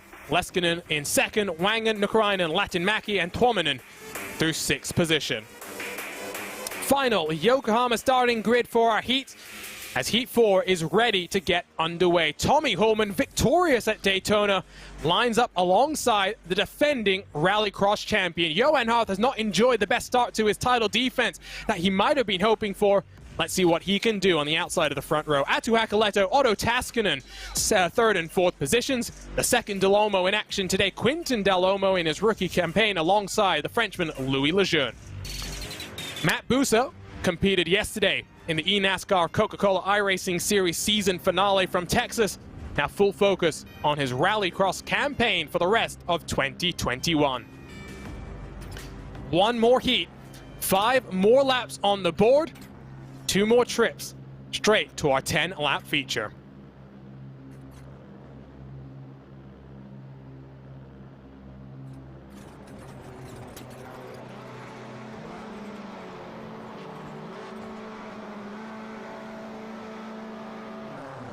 And we are racing from Brands Hatch.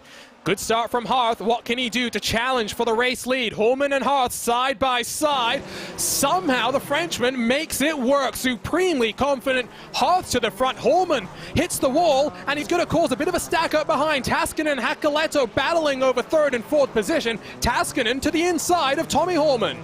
Oh, this is the opportunity for somebody else to get the move done on Holman, but they're too busy fighting over each other to be able to get the move on Tommy, to take advantage of what happened there. He clipped the wall, that put him out of line through the chicane at Paddock Bend, and that gave them the opportunity there, but they just didn't take it. Look at the gap that the Frenchman's already built up as Louis Lejeune in the Sonax Ed Carpenter racing car takes to the Joker on the first lap of the race. Atu Hakoleto looking for his first feature race appearance in the 2021 campaign. Vermont sports car with a lineup of young and talented drivers. We saw Jacob Rafoss making his first feature race start last time out. Hakoleto wants to follow him through this time around as well. Through the chicane they'll go, running themselves all the way up to the wall. Tommy Holman, 7/10 clear of Hakoleto, who has managed to bully his way past the Nitro Circus car of Otto Taskinen. Louis Lejeune, the only car taking to the Joker on the very first lap, Paul. Yeah, well, he was at the back of the field anyway, so it wasn't really a risk. It was get it out the way and then just really focus on putting those hard, fast laps in here. But everyone now just staying off of that Joker lap, just one driver headed down the Joker for this time by, I do believe that was Matt Busa, who's dropped to the back of the field. But Hakoleto, Taskinen, Quintin Delomo as well, all together here.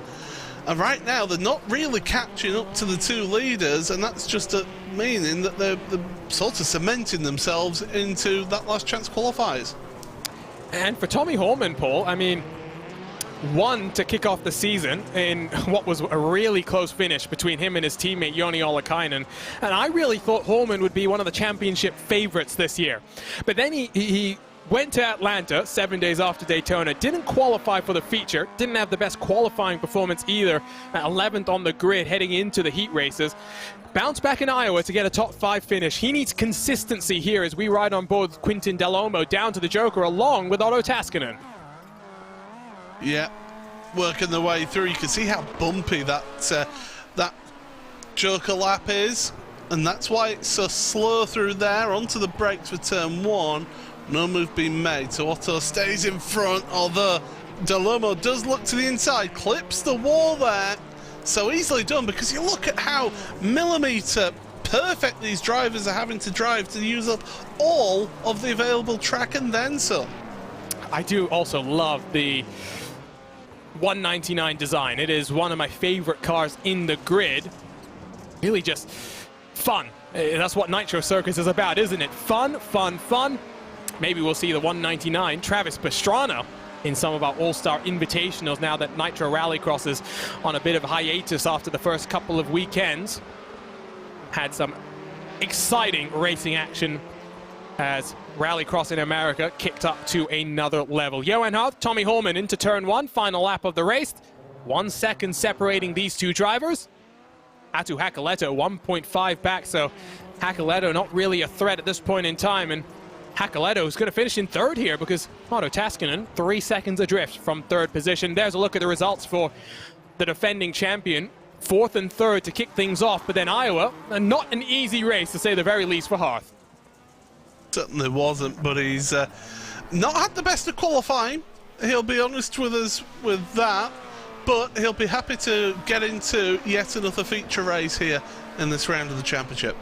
And I think that's kind of what we're seeing is Hart having to split his focus, defend his title, also trying to reclaim, become the first multi-disciplined world champion on the iRacing service in the Dallara iRacing Grand Prix Championship. Out of the final corner, though, the Frenchman takes heat number 4. Tommy Holman will advance with Johan Hart. So heat races are done. We've got 2 last chance qualifiers and just 2 positions left at the tail end of our feature event here at Brands Hatch. Here's a look at the results. Johan Hart, Tommy Holman through. The rest of the drivers through the scramble of the last chance qualifiers. So let's take a look at the Yokohama starting grid for the first of the last chance qualifiers. Bo Albert has had absolutely no luck in 2021. Can he avoid being bullied on the run into turn 1? Thomas Wangen alongside. Great performance so far from Wangen on the start in his heat. What can he do alongside? Garrett Maines, Tommy Nukarainen 3rd and 4th. Marcos Matamoros and Tony Latin-Mackie 5th and 6th positions. While Luke Kraus and Rasmus Torminen 7th and 8th. 2 drivers at the back of this last chance qualifier that we might have expected a bit more from. Vicente Salas and Jake Robertson. Plenty of work for them to do. 10 drivers will grid up. We'll say goodbye to 9 of them after these next 5 laps as the first of the last chance qualifiers gets underway. You can see that staggered formation of the cars as they'll lean on the launch control and wait for the lights to go out.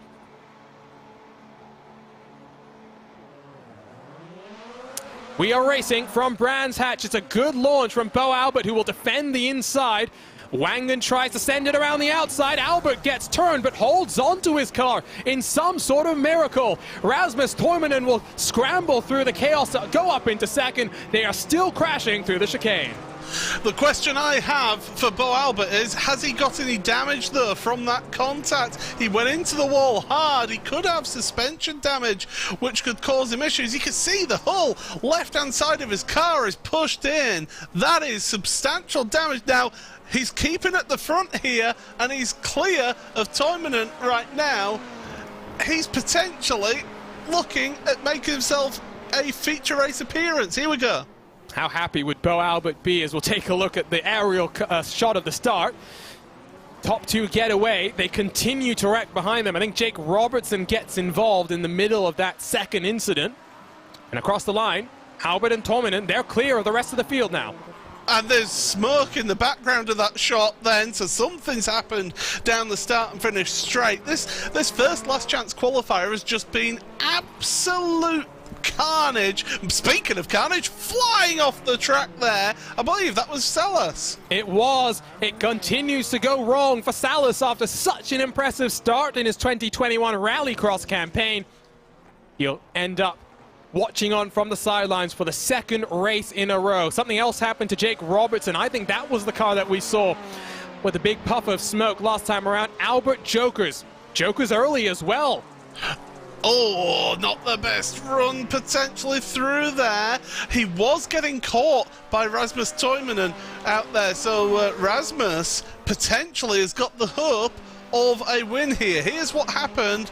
This is that's all on the start finish straight, and Jake Robertson into the wall, and that's it. Good night. He takes the tour to the pits. I don't even think he was necessarily responsible there. He was minding his own business, and just, I think it was Tommy Nukarainen in his Subaru, contact with Salas, and, well, Robertson gets the worst of it. It's not going to be 2 Robertsons in our feature event like we've seen the last couple of races. For Rahal, Lenham, and Lanigan, at least one of their cars through to the feature. As does Tominen go down this time around? I'd be surprised. I'd now wait to the last lap of the race, even if Albert's a little bit quicker. That gap, 1.1 seconds. Albert has the Joker covered off now. Yeah, but for how long? The gap's sort of fluctuating right now, and I think it's through some of these turns that Bo Albert is struggling a little bit here. This is going to be a crucial end to this race. I would expect to see Toivonen take it on the last lap, the Joker. See what will happen then. Saw that Bo Albert has made one feature this season. Of course, that was at Atlanta, where didn't really even get past turn number 1. Did Bo Albert. Finished at the tail end of the field. He's made 3 feature appearances in the 10 races leading up to this one. Can he make it a 4th? Or with Rasmus Toivonen become the first multiple last chance qualifier winner in this season so far? We've had 6 of these races so far. 6 individual winners. Lots to play for with a trip to our feature on the line, where the majority of our points are paid out. One more time around Brands Hatch for some of these drivers. But look at that gap now. Crucially, Toivonen is very close to being on that threshold, and I think Bo Albert is actually he's on the cusp of losing a potential victory here. That's the line that we were expecting to see. Cars just searching for that extra grip. Even if it looks a little bit weird, it's where the speed is. You can see the gap on the left side of your screen now, fluctuating back and forth. Out of Graham Hill Bend, they slide themselves. One final corner to go. Toivonen to the Joker, and over the bumps. That's a much cleaner entry than what we saw from Bo Albert. But Albert on the tarmac will have the speed coming to the line. Is it enough, or will Toivonen advance? It's a drag race to the line. It looks like Toimonen's in control. It's going to be close. It is not close enough. Rasmus Toivonen becomes the first multiple last chance qualifier winner in 2021. Bo Albert misses out by 1/10 of a second. And if that's an indication of what to expect from the second of the last chance qualifiers, well, I'm not sure what to expect other than more chaos and more carnage. Here's a look at the results. Toivonen advances. We say goodbye to the rest of the 9 drivers. They'll be watching on from the sidelines for the remainder of today's action. Let's take a look then at the starting grid, the Yokohama starting grid for the second of these last chance qualifiers. Luis Nunez, who won at Iowa in our last chance qualifiers last week, alongside Atu Hakoleto, Josh Fox, Otto Taskinen, row number 2. Jacob Rafals and Quintin Delhomme, 5th and 6th positions, with Sindre Silva, Louis Lejeune, Johannes Vahanen, and Matt Busa completing our 10 cars ready to go. Paul, that was pretty intense in that last chance qualifier. I'm not expecting anything less from this one. Yeah, this is going to be absolutely crazy. Keep your heads, guys. Anyone can qualify here, but if you all end up having a crash at turn 1, then no one will be able to fight whoever comes out that turn 1 cleanest. So here we go. Launch control ready to send these cars 0 to 60 in 2.5 seconds. Oh, that's a definite jump start from Matt Busa at the tail end of the field. But away we go. Luis Nunez trying to cover off the run from Hakoleto. Taskinen looking to the outside. Josh Fox trying to slip it down the inside. It's happened once again. Turn 1 proves to be a disaster zone for so many competitors. Somehow, Sindre Silva works himself up to 2nd position. Well, this is absolutely crazy from these guys. They're all that desperate to make it to the lead of this last chance qualifier in turn 1. They're forgetting that the race isn't won on turn 1, lap 1. It's won at the end of the race. And really, you're that desperate, and launching your cars in and using it as a battery ram to that extent is just not good enough at all. So Luis Nunez has done everything right, got a clean start, and finds himself at the front of the field. Atu Hakoleto to the Joker. Here's a look at the replay. 3 wide on the entry to the corner. Not sure what happens between Hakoleto and Fox, but Fox turns in a bit early, gets into the wall. He causes the stack up heading down the hill into that chicane.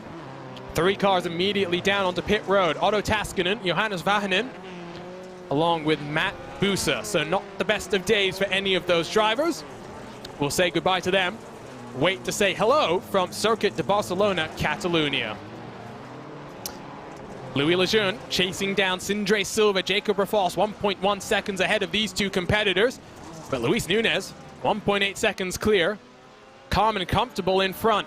Made his first feature event last time out from Iowa. Didn't have the best of runs in the cornfields, but looking good.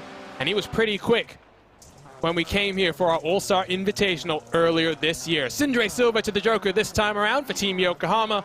There's the bumps, there's the interesting line. Comes out just behind Louis Lejeune. Yeah, Team Yokohama not having the best of seasons this season, I would say. Well, finding themselves in this last chance qualifier and taking that joke lap when he did, but halfway through this race, it's really not much that you can do here. He's that far behind now because Luis Nunez, by the way, if I'm reading this right on my timing screen, 4.5 seconds. You're reading it right. He's also the fastest car on the track by a country mile, about half a second quicker than anyone else. Just gives us an indication of the raw talent that Nunez has. Bo Albert has spoken about how excited he's been to have a teammate like Nunez able to push him forward. Both of them delighted to be able to represent Logitech G Altus Esports in this World Championship. And of course, Bo Albert competing from the Altus team house. Second consecutive feature appearance for Nunez. If the Spaniard, 17 years of age, can hang on. It must be said as well, Bo Albert in that Altus team house didn't have the easiest start to his days because Australia, known for its vicious nature at time, that was a rather nasty spider from what it sounds like that was sitting on a sim racing rig, and so Albert had to go hunting for the spider and then make sure it was not gonna bite him like Peter Parker had. Yeah, the only difference is that it wouldn't give him superpowers, so that's the thing. As they head on through Clark Curve once again towards the end of the lap. Yeah, but the funny thing is, when I went out to Australia, I never saw one of those huge spiders ever. Maybe I wasn't looking hard enough. Really? I've only been to Australia once, but I definitely saw some wildlife. It's interesting. I saw a couple of snakes as well, but that's a story for another time. Final lap then. In the last of these last chance qualifiers, Nunez in control, 4 seconds clear. Spanish driver looking comfortable to take the victory here today. And of course, being in Europe, Nunez is going to be feeling right at home. We'll be heading to his homeland next, the Circuit de Barcelona, Catalunya. Today, though, it's all about Brands Hatch. Such a historic facility, has seen plenty of Rallycross action in the past. Now hosts its first iRacing World Championship event. Nunez out of the Joker and across the line to win the second last chance qualifier. Nunez makes it through to his second consecutive feature event. It's a close finish further back, but it doesn't matter. No points on the line, just bragging rights. Sindre Silva will finish in second. Jacob Rafals in third, Atu Hakoleto in fourth. Two Vermont sports car teammates pretty comfortable and looking stronger and stronger as the season goes on.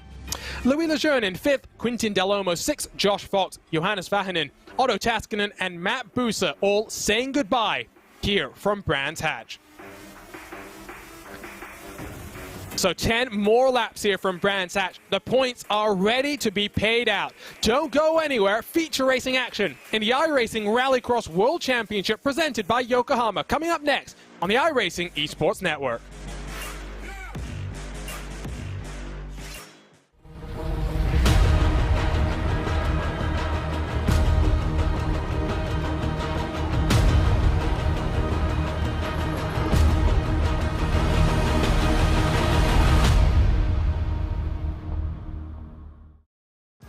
This is iRacing, the world's premier online racing game. iRacing puts you in the driver's seat to experience today's newest form of competitive motorsport, virtual racing, all from your home PC. Race virtually in indoor series from NASCAR, IndyCar, IMSA, the World of Outlaws, Aussie Supercars and more. Take on legendary circuits like Daytona, Silverstone and the Nürburgring. Join iRacing's global online racing community and get on track today at iRacing.com.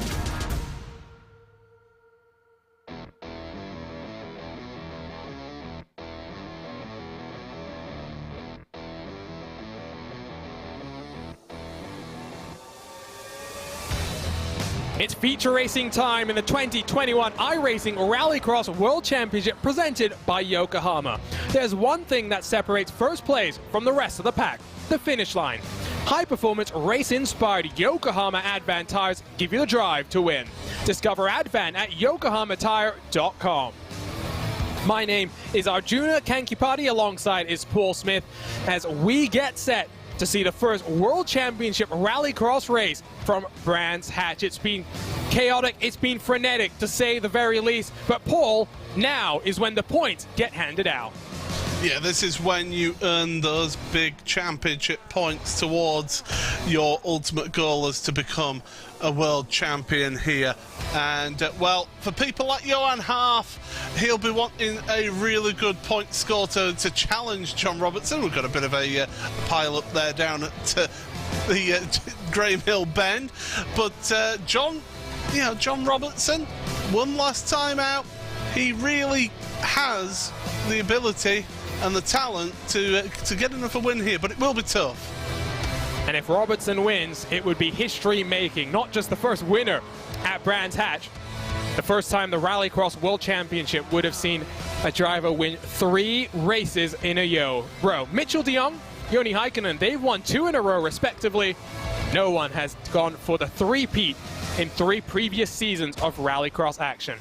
Let's talk a little bit then about the prizes that our drivers are fighting for. Total prize pool, $25,000. $10,000, of course, to our winner. It's been the story of all 4 seasons of this campaign, but we've got awards as well. We've got our Yokohama Pole Awards. John Robertson already has 3 of them this year.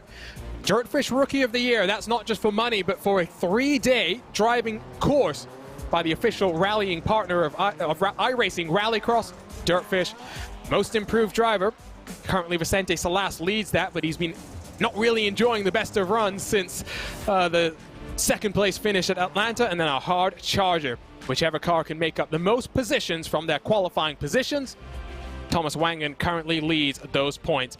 Paul, you wanted to talk a little bit more about the history of this venue, not just Rallycross action, not just motorcycles that of course started here when it was just dirt, but so much heritage at a place like this.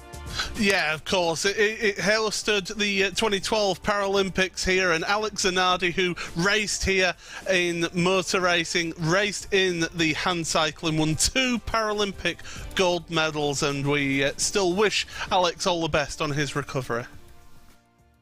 But we are ready to go racing. Let's turn up the most famous song in all of esports and take a look at our Yokohama starting grid for the feature event here in Brands Hatch.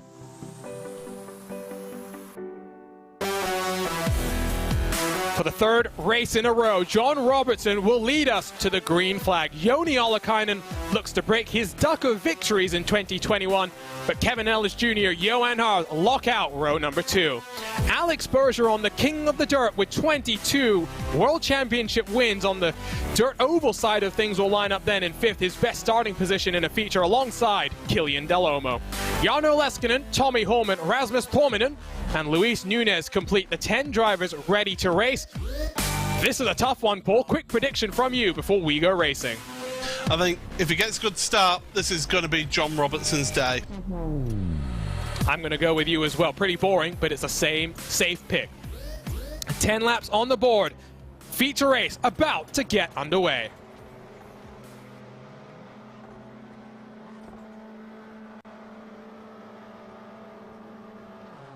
And we are racing from Brands Hatch. Great launch from Johan Harf, who looks to make it 3 wide on the run down into turn number 1.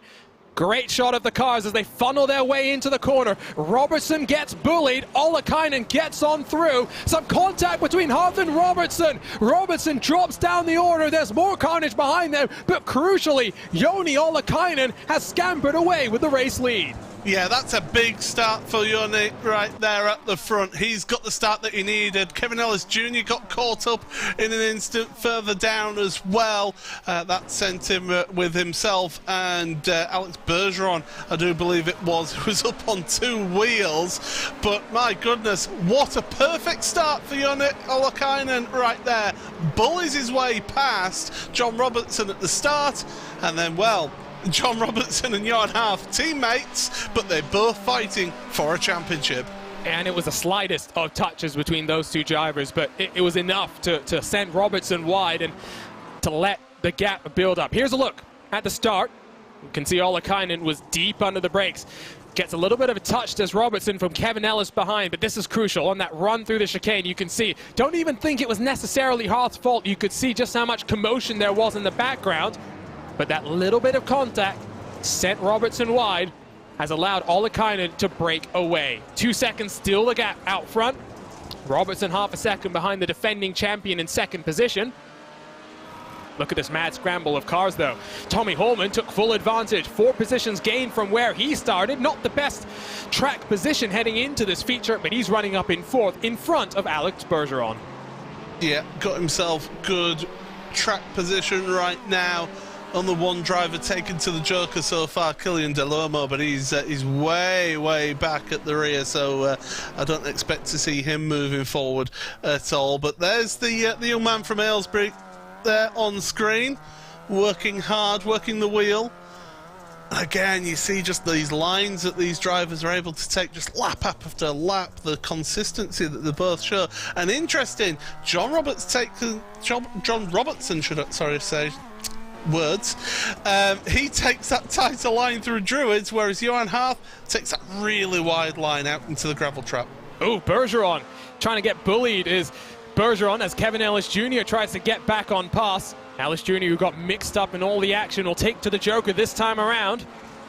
Try and find himself a little bit of clean air. Remember, it's 1.5 seconds slower. Bumpy, full of dirt.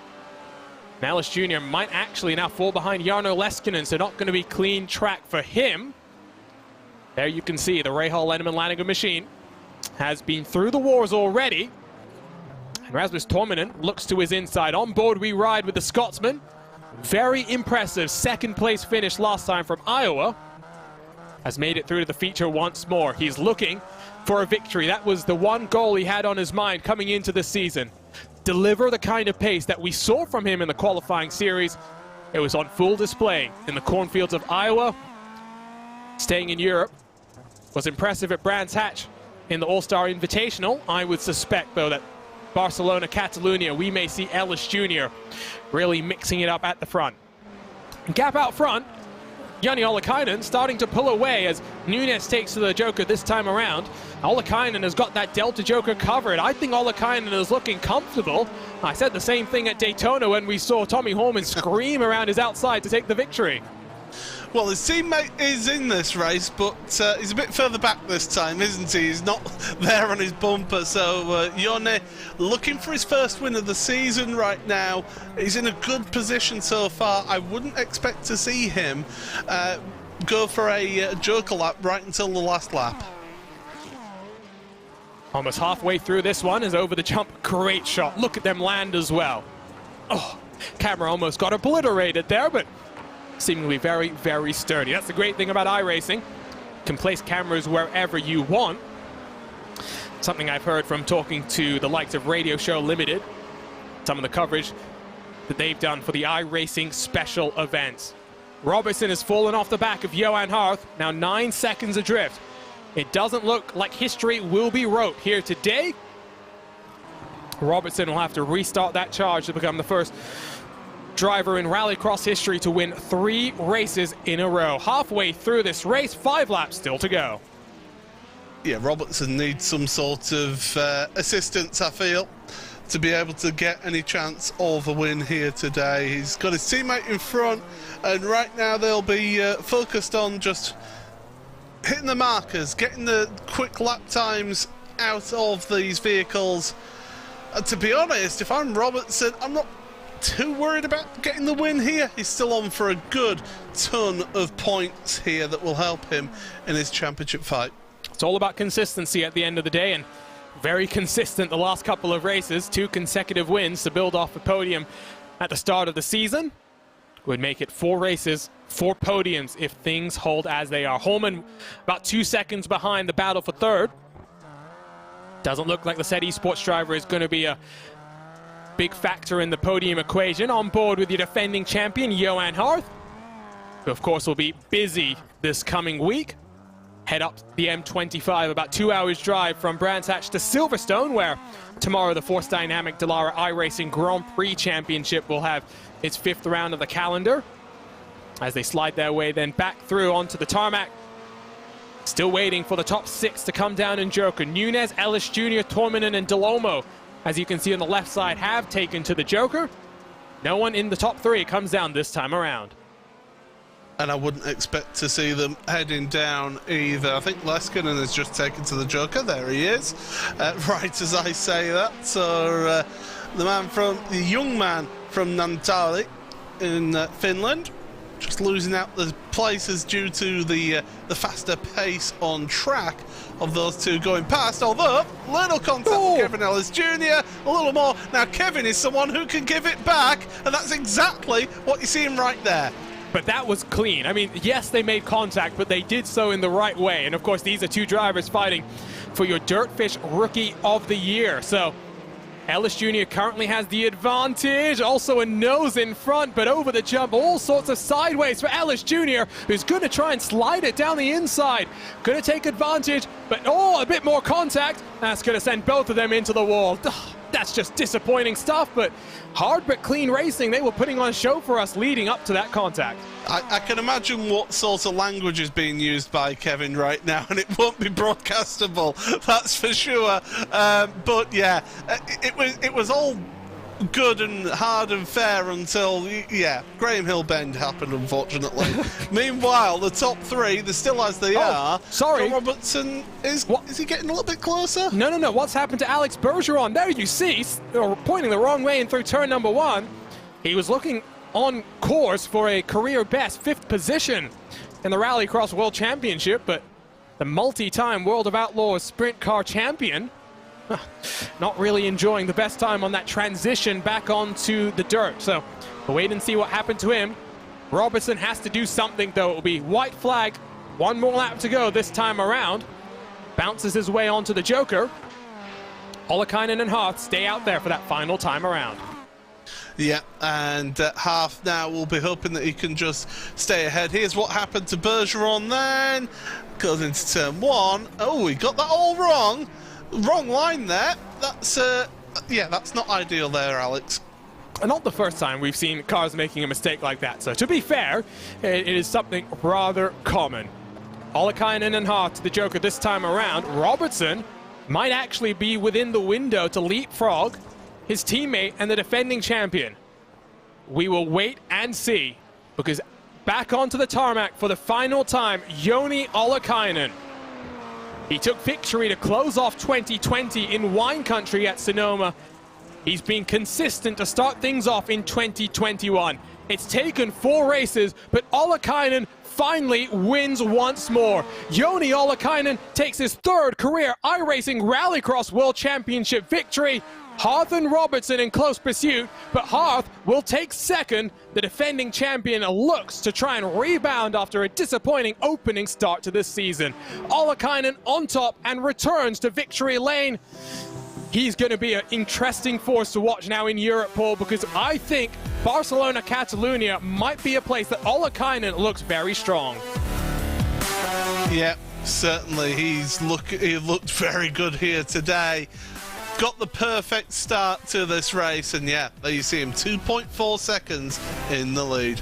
And for the 2nd time in 2021, it's 2 SET Esports cars and 2 Subaru cars to complete the top 4. This time it's 2 Subarus, though, on the podium. Ollikainen, Harth, and Robertson. 1st, 2nd, and 3rd. Tommy Holman, after starting down in 8th, works his way up to 4th position, but Luis Nunez from 10th to 5th. What a result for the young Spanish driver. His 2nd consecutive feature race appearance. He builds then on the 10th place finish last time in Iowa. Rasmus Toivonen with a return to feature racing action after missing out in Atlanta. Not the best of days for him, though, overall. Killian Delomo, Alex Bergeron, Kevin Ellis Jr., and Jarno Leskinen complete the feature race results. Kevin Ellis Jr., Jarno Leskinen might be a little bit frustrated with one another. Burn the house down, Joni Ollikainen. You deserve it. We'll be right back on the iRacing Esports Network with post-race coverage here. You're watching the iRacing Rallycross World Championship presented by Yokohama.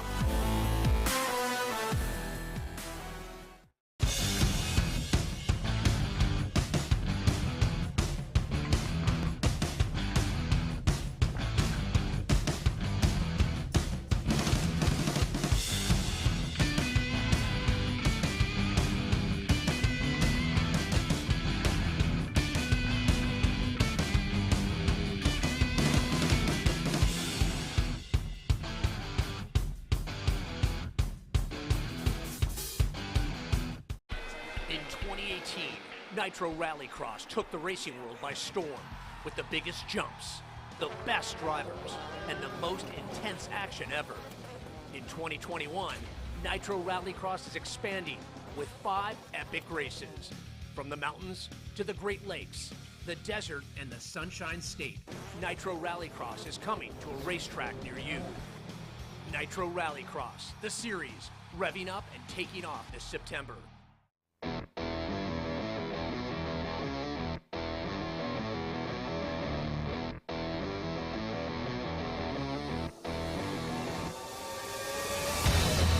Welcome back to post-race coverage from round 4 of the 2021 iRacing Rallycross World Championship presented by Yokohama. There's one thing that separates first place from the rest of the pack: the finish line. High-performance, race-inspired Yokohama Advan tires give you the drive to win. Discover Advan at yokohamatire.com. My name is Arjuna Kankipati. Alongside for the action is Paul Smith with the birthday boy Tyler Maxon in the production truck, controlling all the action. Paul Brands had it all. The thrill of winning, the agony of defeat. Joni Ollikainen, though, now a 3-time winner in the World Championship. He controlled this race from lights to flag. Yeah, it was tremendous stuff, wasn't it? And got the ideal start there, did Joni, and was able to get the move done into turn 1, and then just able to pull away while the rest of the field were all busy fighting with each other and tripping over each other on the opening lap. That opening lap was crucial for Joni right there here today, and he'll be absolutely delighted with victory here today. It really gets his championship fight back into fruition here. Well, let's start then with our podium interviews, and let's start with your defending, or I should say, current points leader, John Robertson of Subaru Motorsports USA. 2 victories coming into this one, John. You live only about 90 minutes away from this track, so I'm sure you would have loved to make it 3 in a row, but unfortunate for you, just a bit too much contact on the opening lap. Joni didn't give you a chance after that. Yeah, for sure. Obviously qualified on pole, got the heat win by quite a margin, but we just couldn't do anything in the feature. We got through T1 okay, but everyone just came barreling in through T2, and there was no way to avoid it. It was just chaos, to be honest. But yeah, to get a P3 out of that, I'm pretty happy. It's kind of like one of the rounds where I was kind of dreading it, just dreading the starts. So yeah, I can't be unhappy with that result. Talk to us about qualifying, because clearly you have got something figured out. 3 consecutive Yokohama pole awards. I don't know if you know this, but Johan Harth, Joni Heikkinen, Mitchell de Jong, they've all done 3 in a row. No one has got 4 in a row. So if you can continue the streak up next time, history books are awaiting you. Yeah, it'll certainly be tough. I think it's just kind of the way that we've been practicing for these races. We've really got the routine of qualifying down. We've all kind of get into a rhythm, we get in the session. So once we start the lap, it's kind of just muscle memory, I guess, doing the lap. But yeah, I'm certainly not complaining. Pole's a nice place to be when you've got all the stuff happening behind you. And one final question. I have to ask you about that start on that heat, because I was convinced you would jump the start. You managed to get the leapfrog on everyone there. How close was it? How close was that to a jump start? I don't even know. It must have been close. I just saw the green flicker for the tiniest bit, and I just clamped down on the throttle. But yeah, it must have been close. I don't even know how close it was.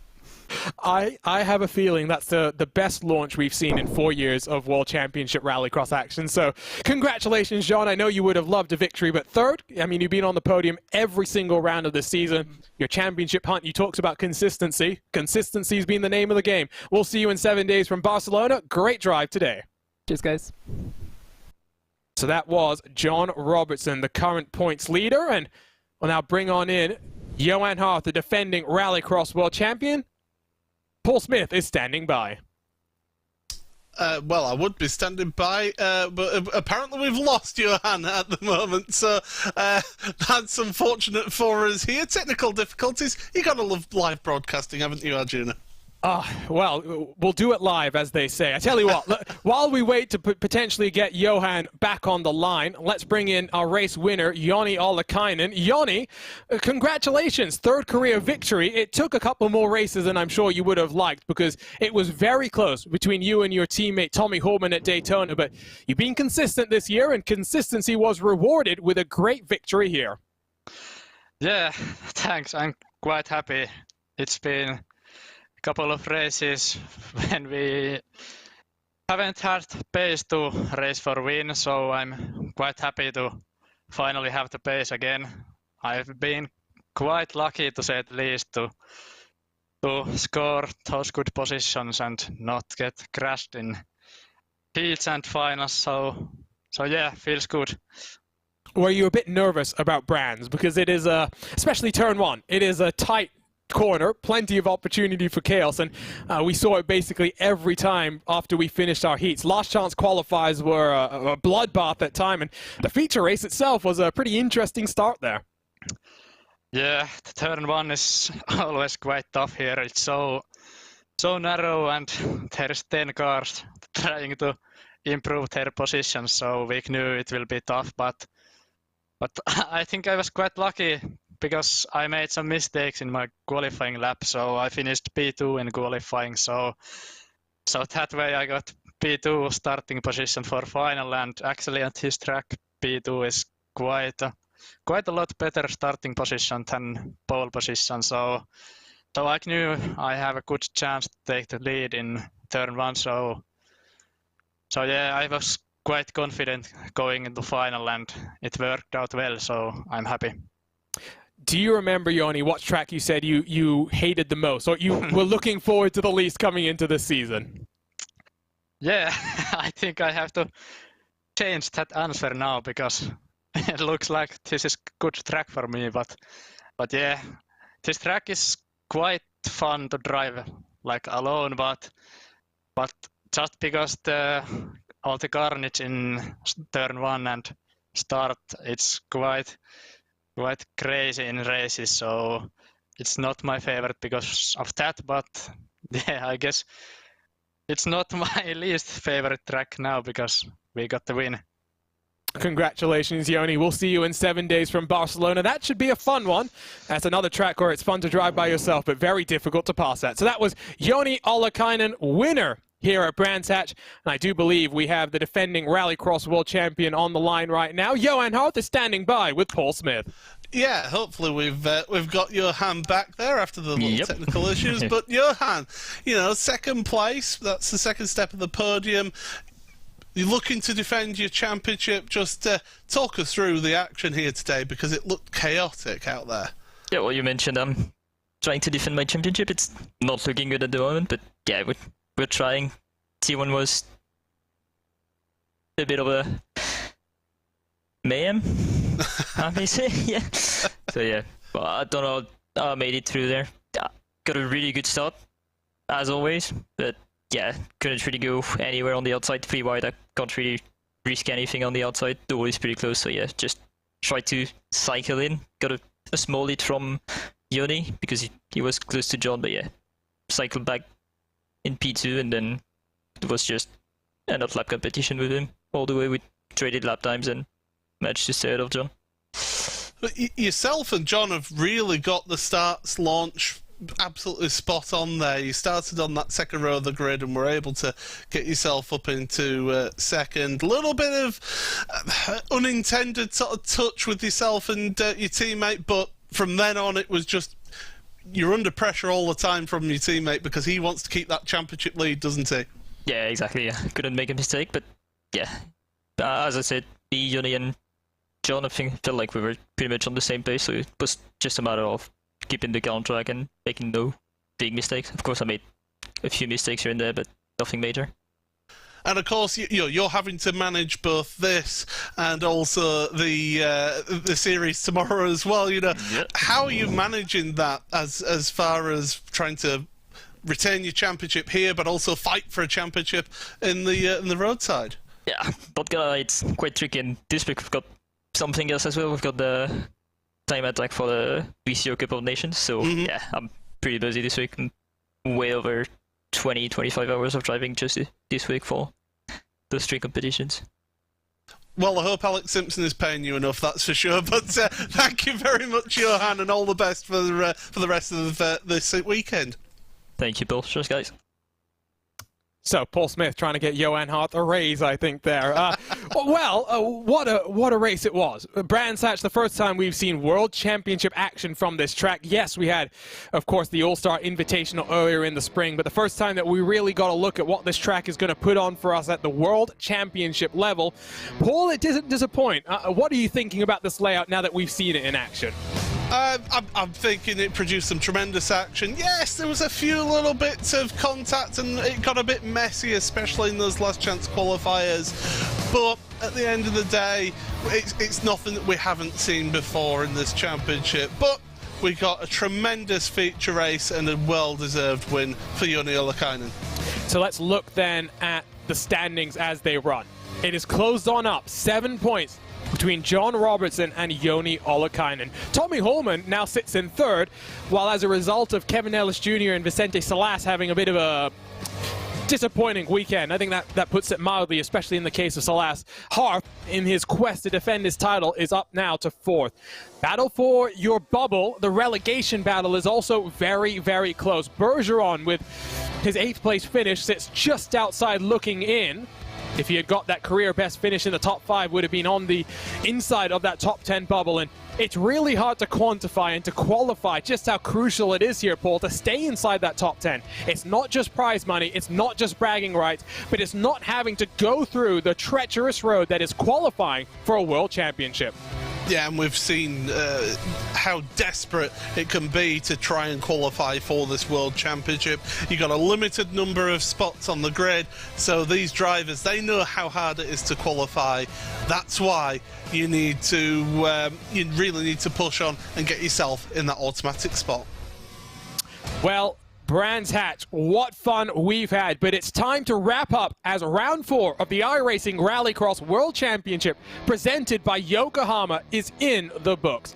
The World Championship action continues tomorrow on the iRacing Esports Network as the Force Dynamics Dallara iRacing Grand Prix Championship heads up the M25 from Brands Hatch to the home of British Motorsport, where Silverstone will play host to the 5th round in 2021 tomorrow.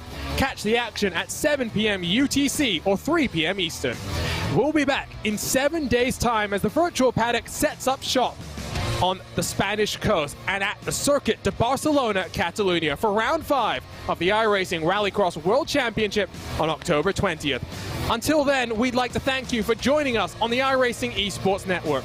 On behalf of the entire team at iRacing, for Dougie Beard, who gave us our camera pack for today's action, for our production team, Tyler Maxon, Joshua Lee, and Ryan Bauer, for my co-commentator, Paul Smith, my name is Arjuna Kankipati. Congratulations to Joni Ollikainen, winner from the British Isles.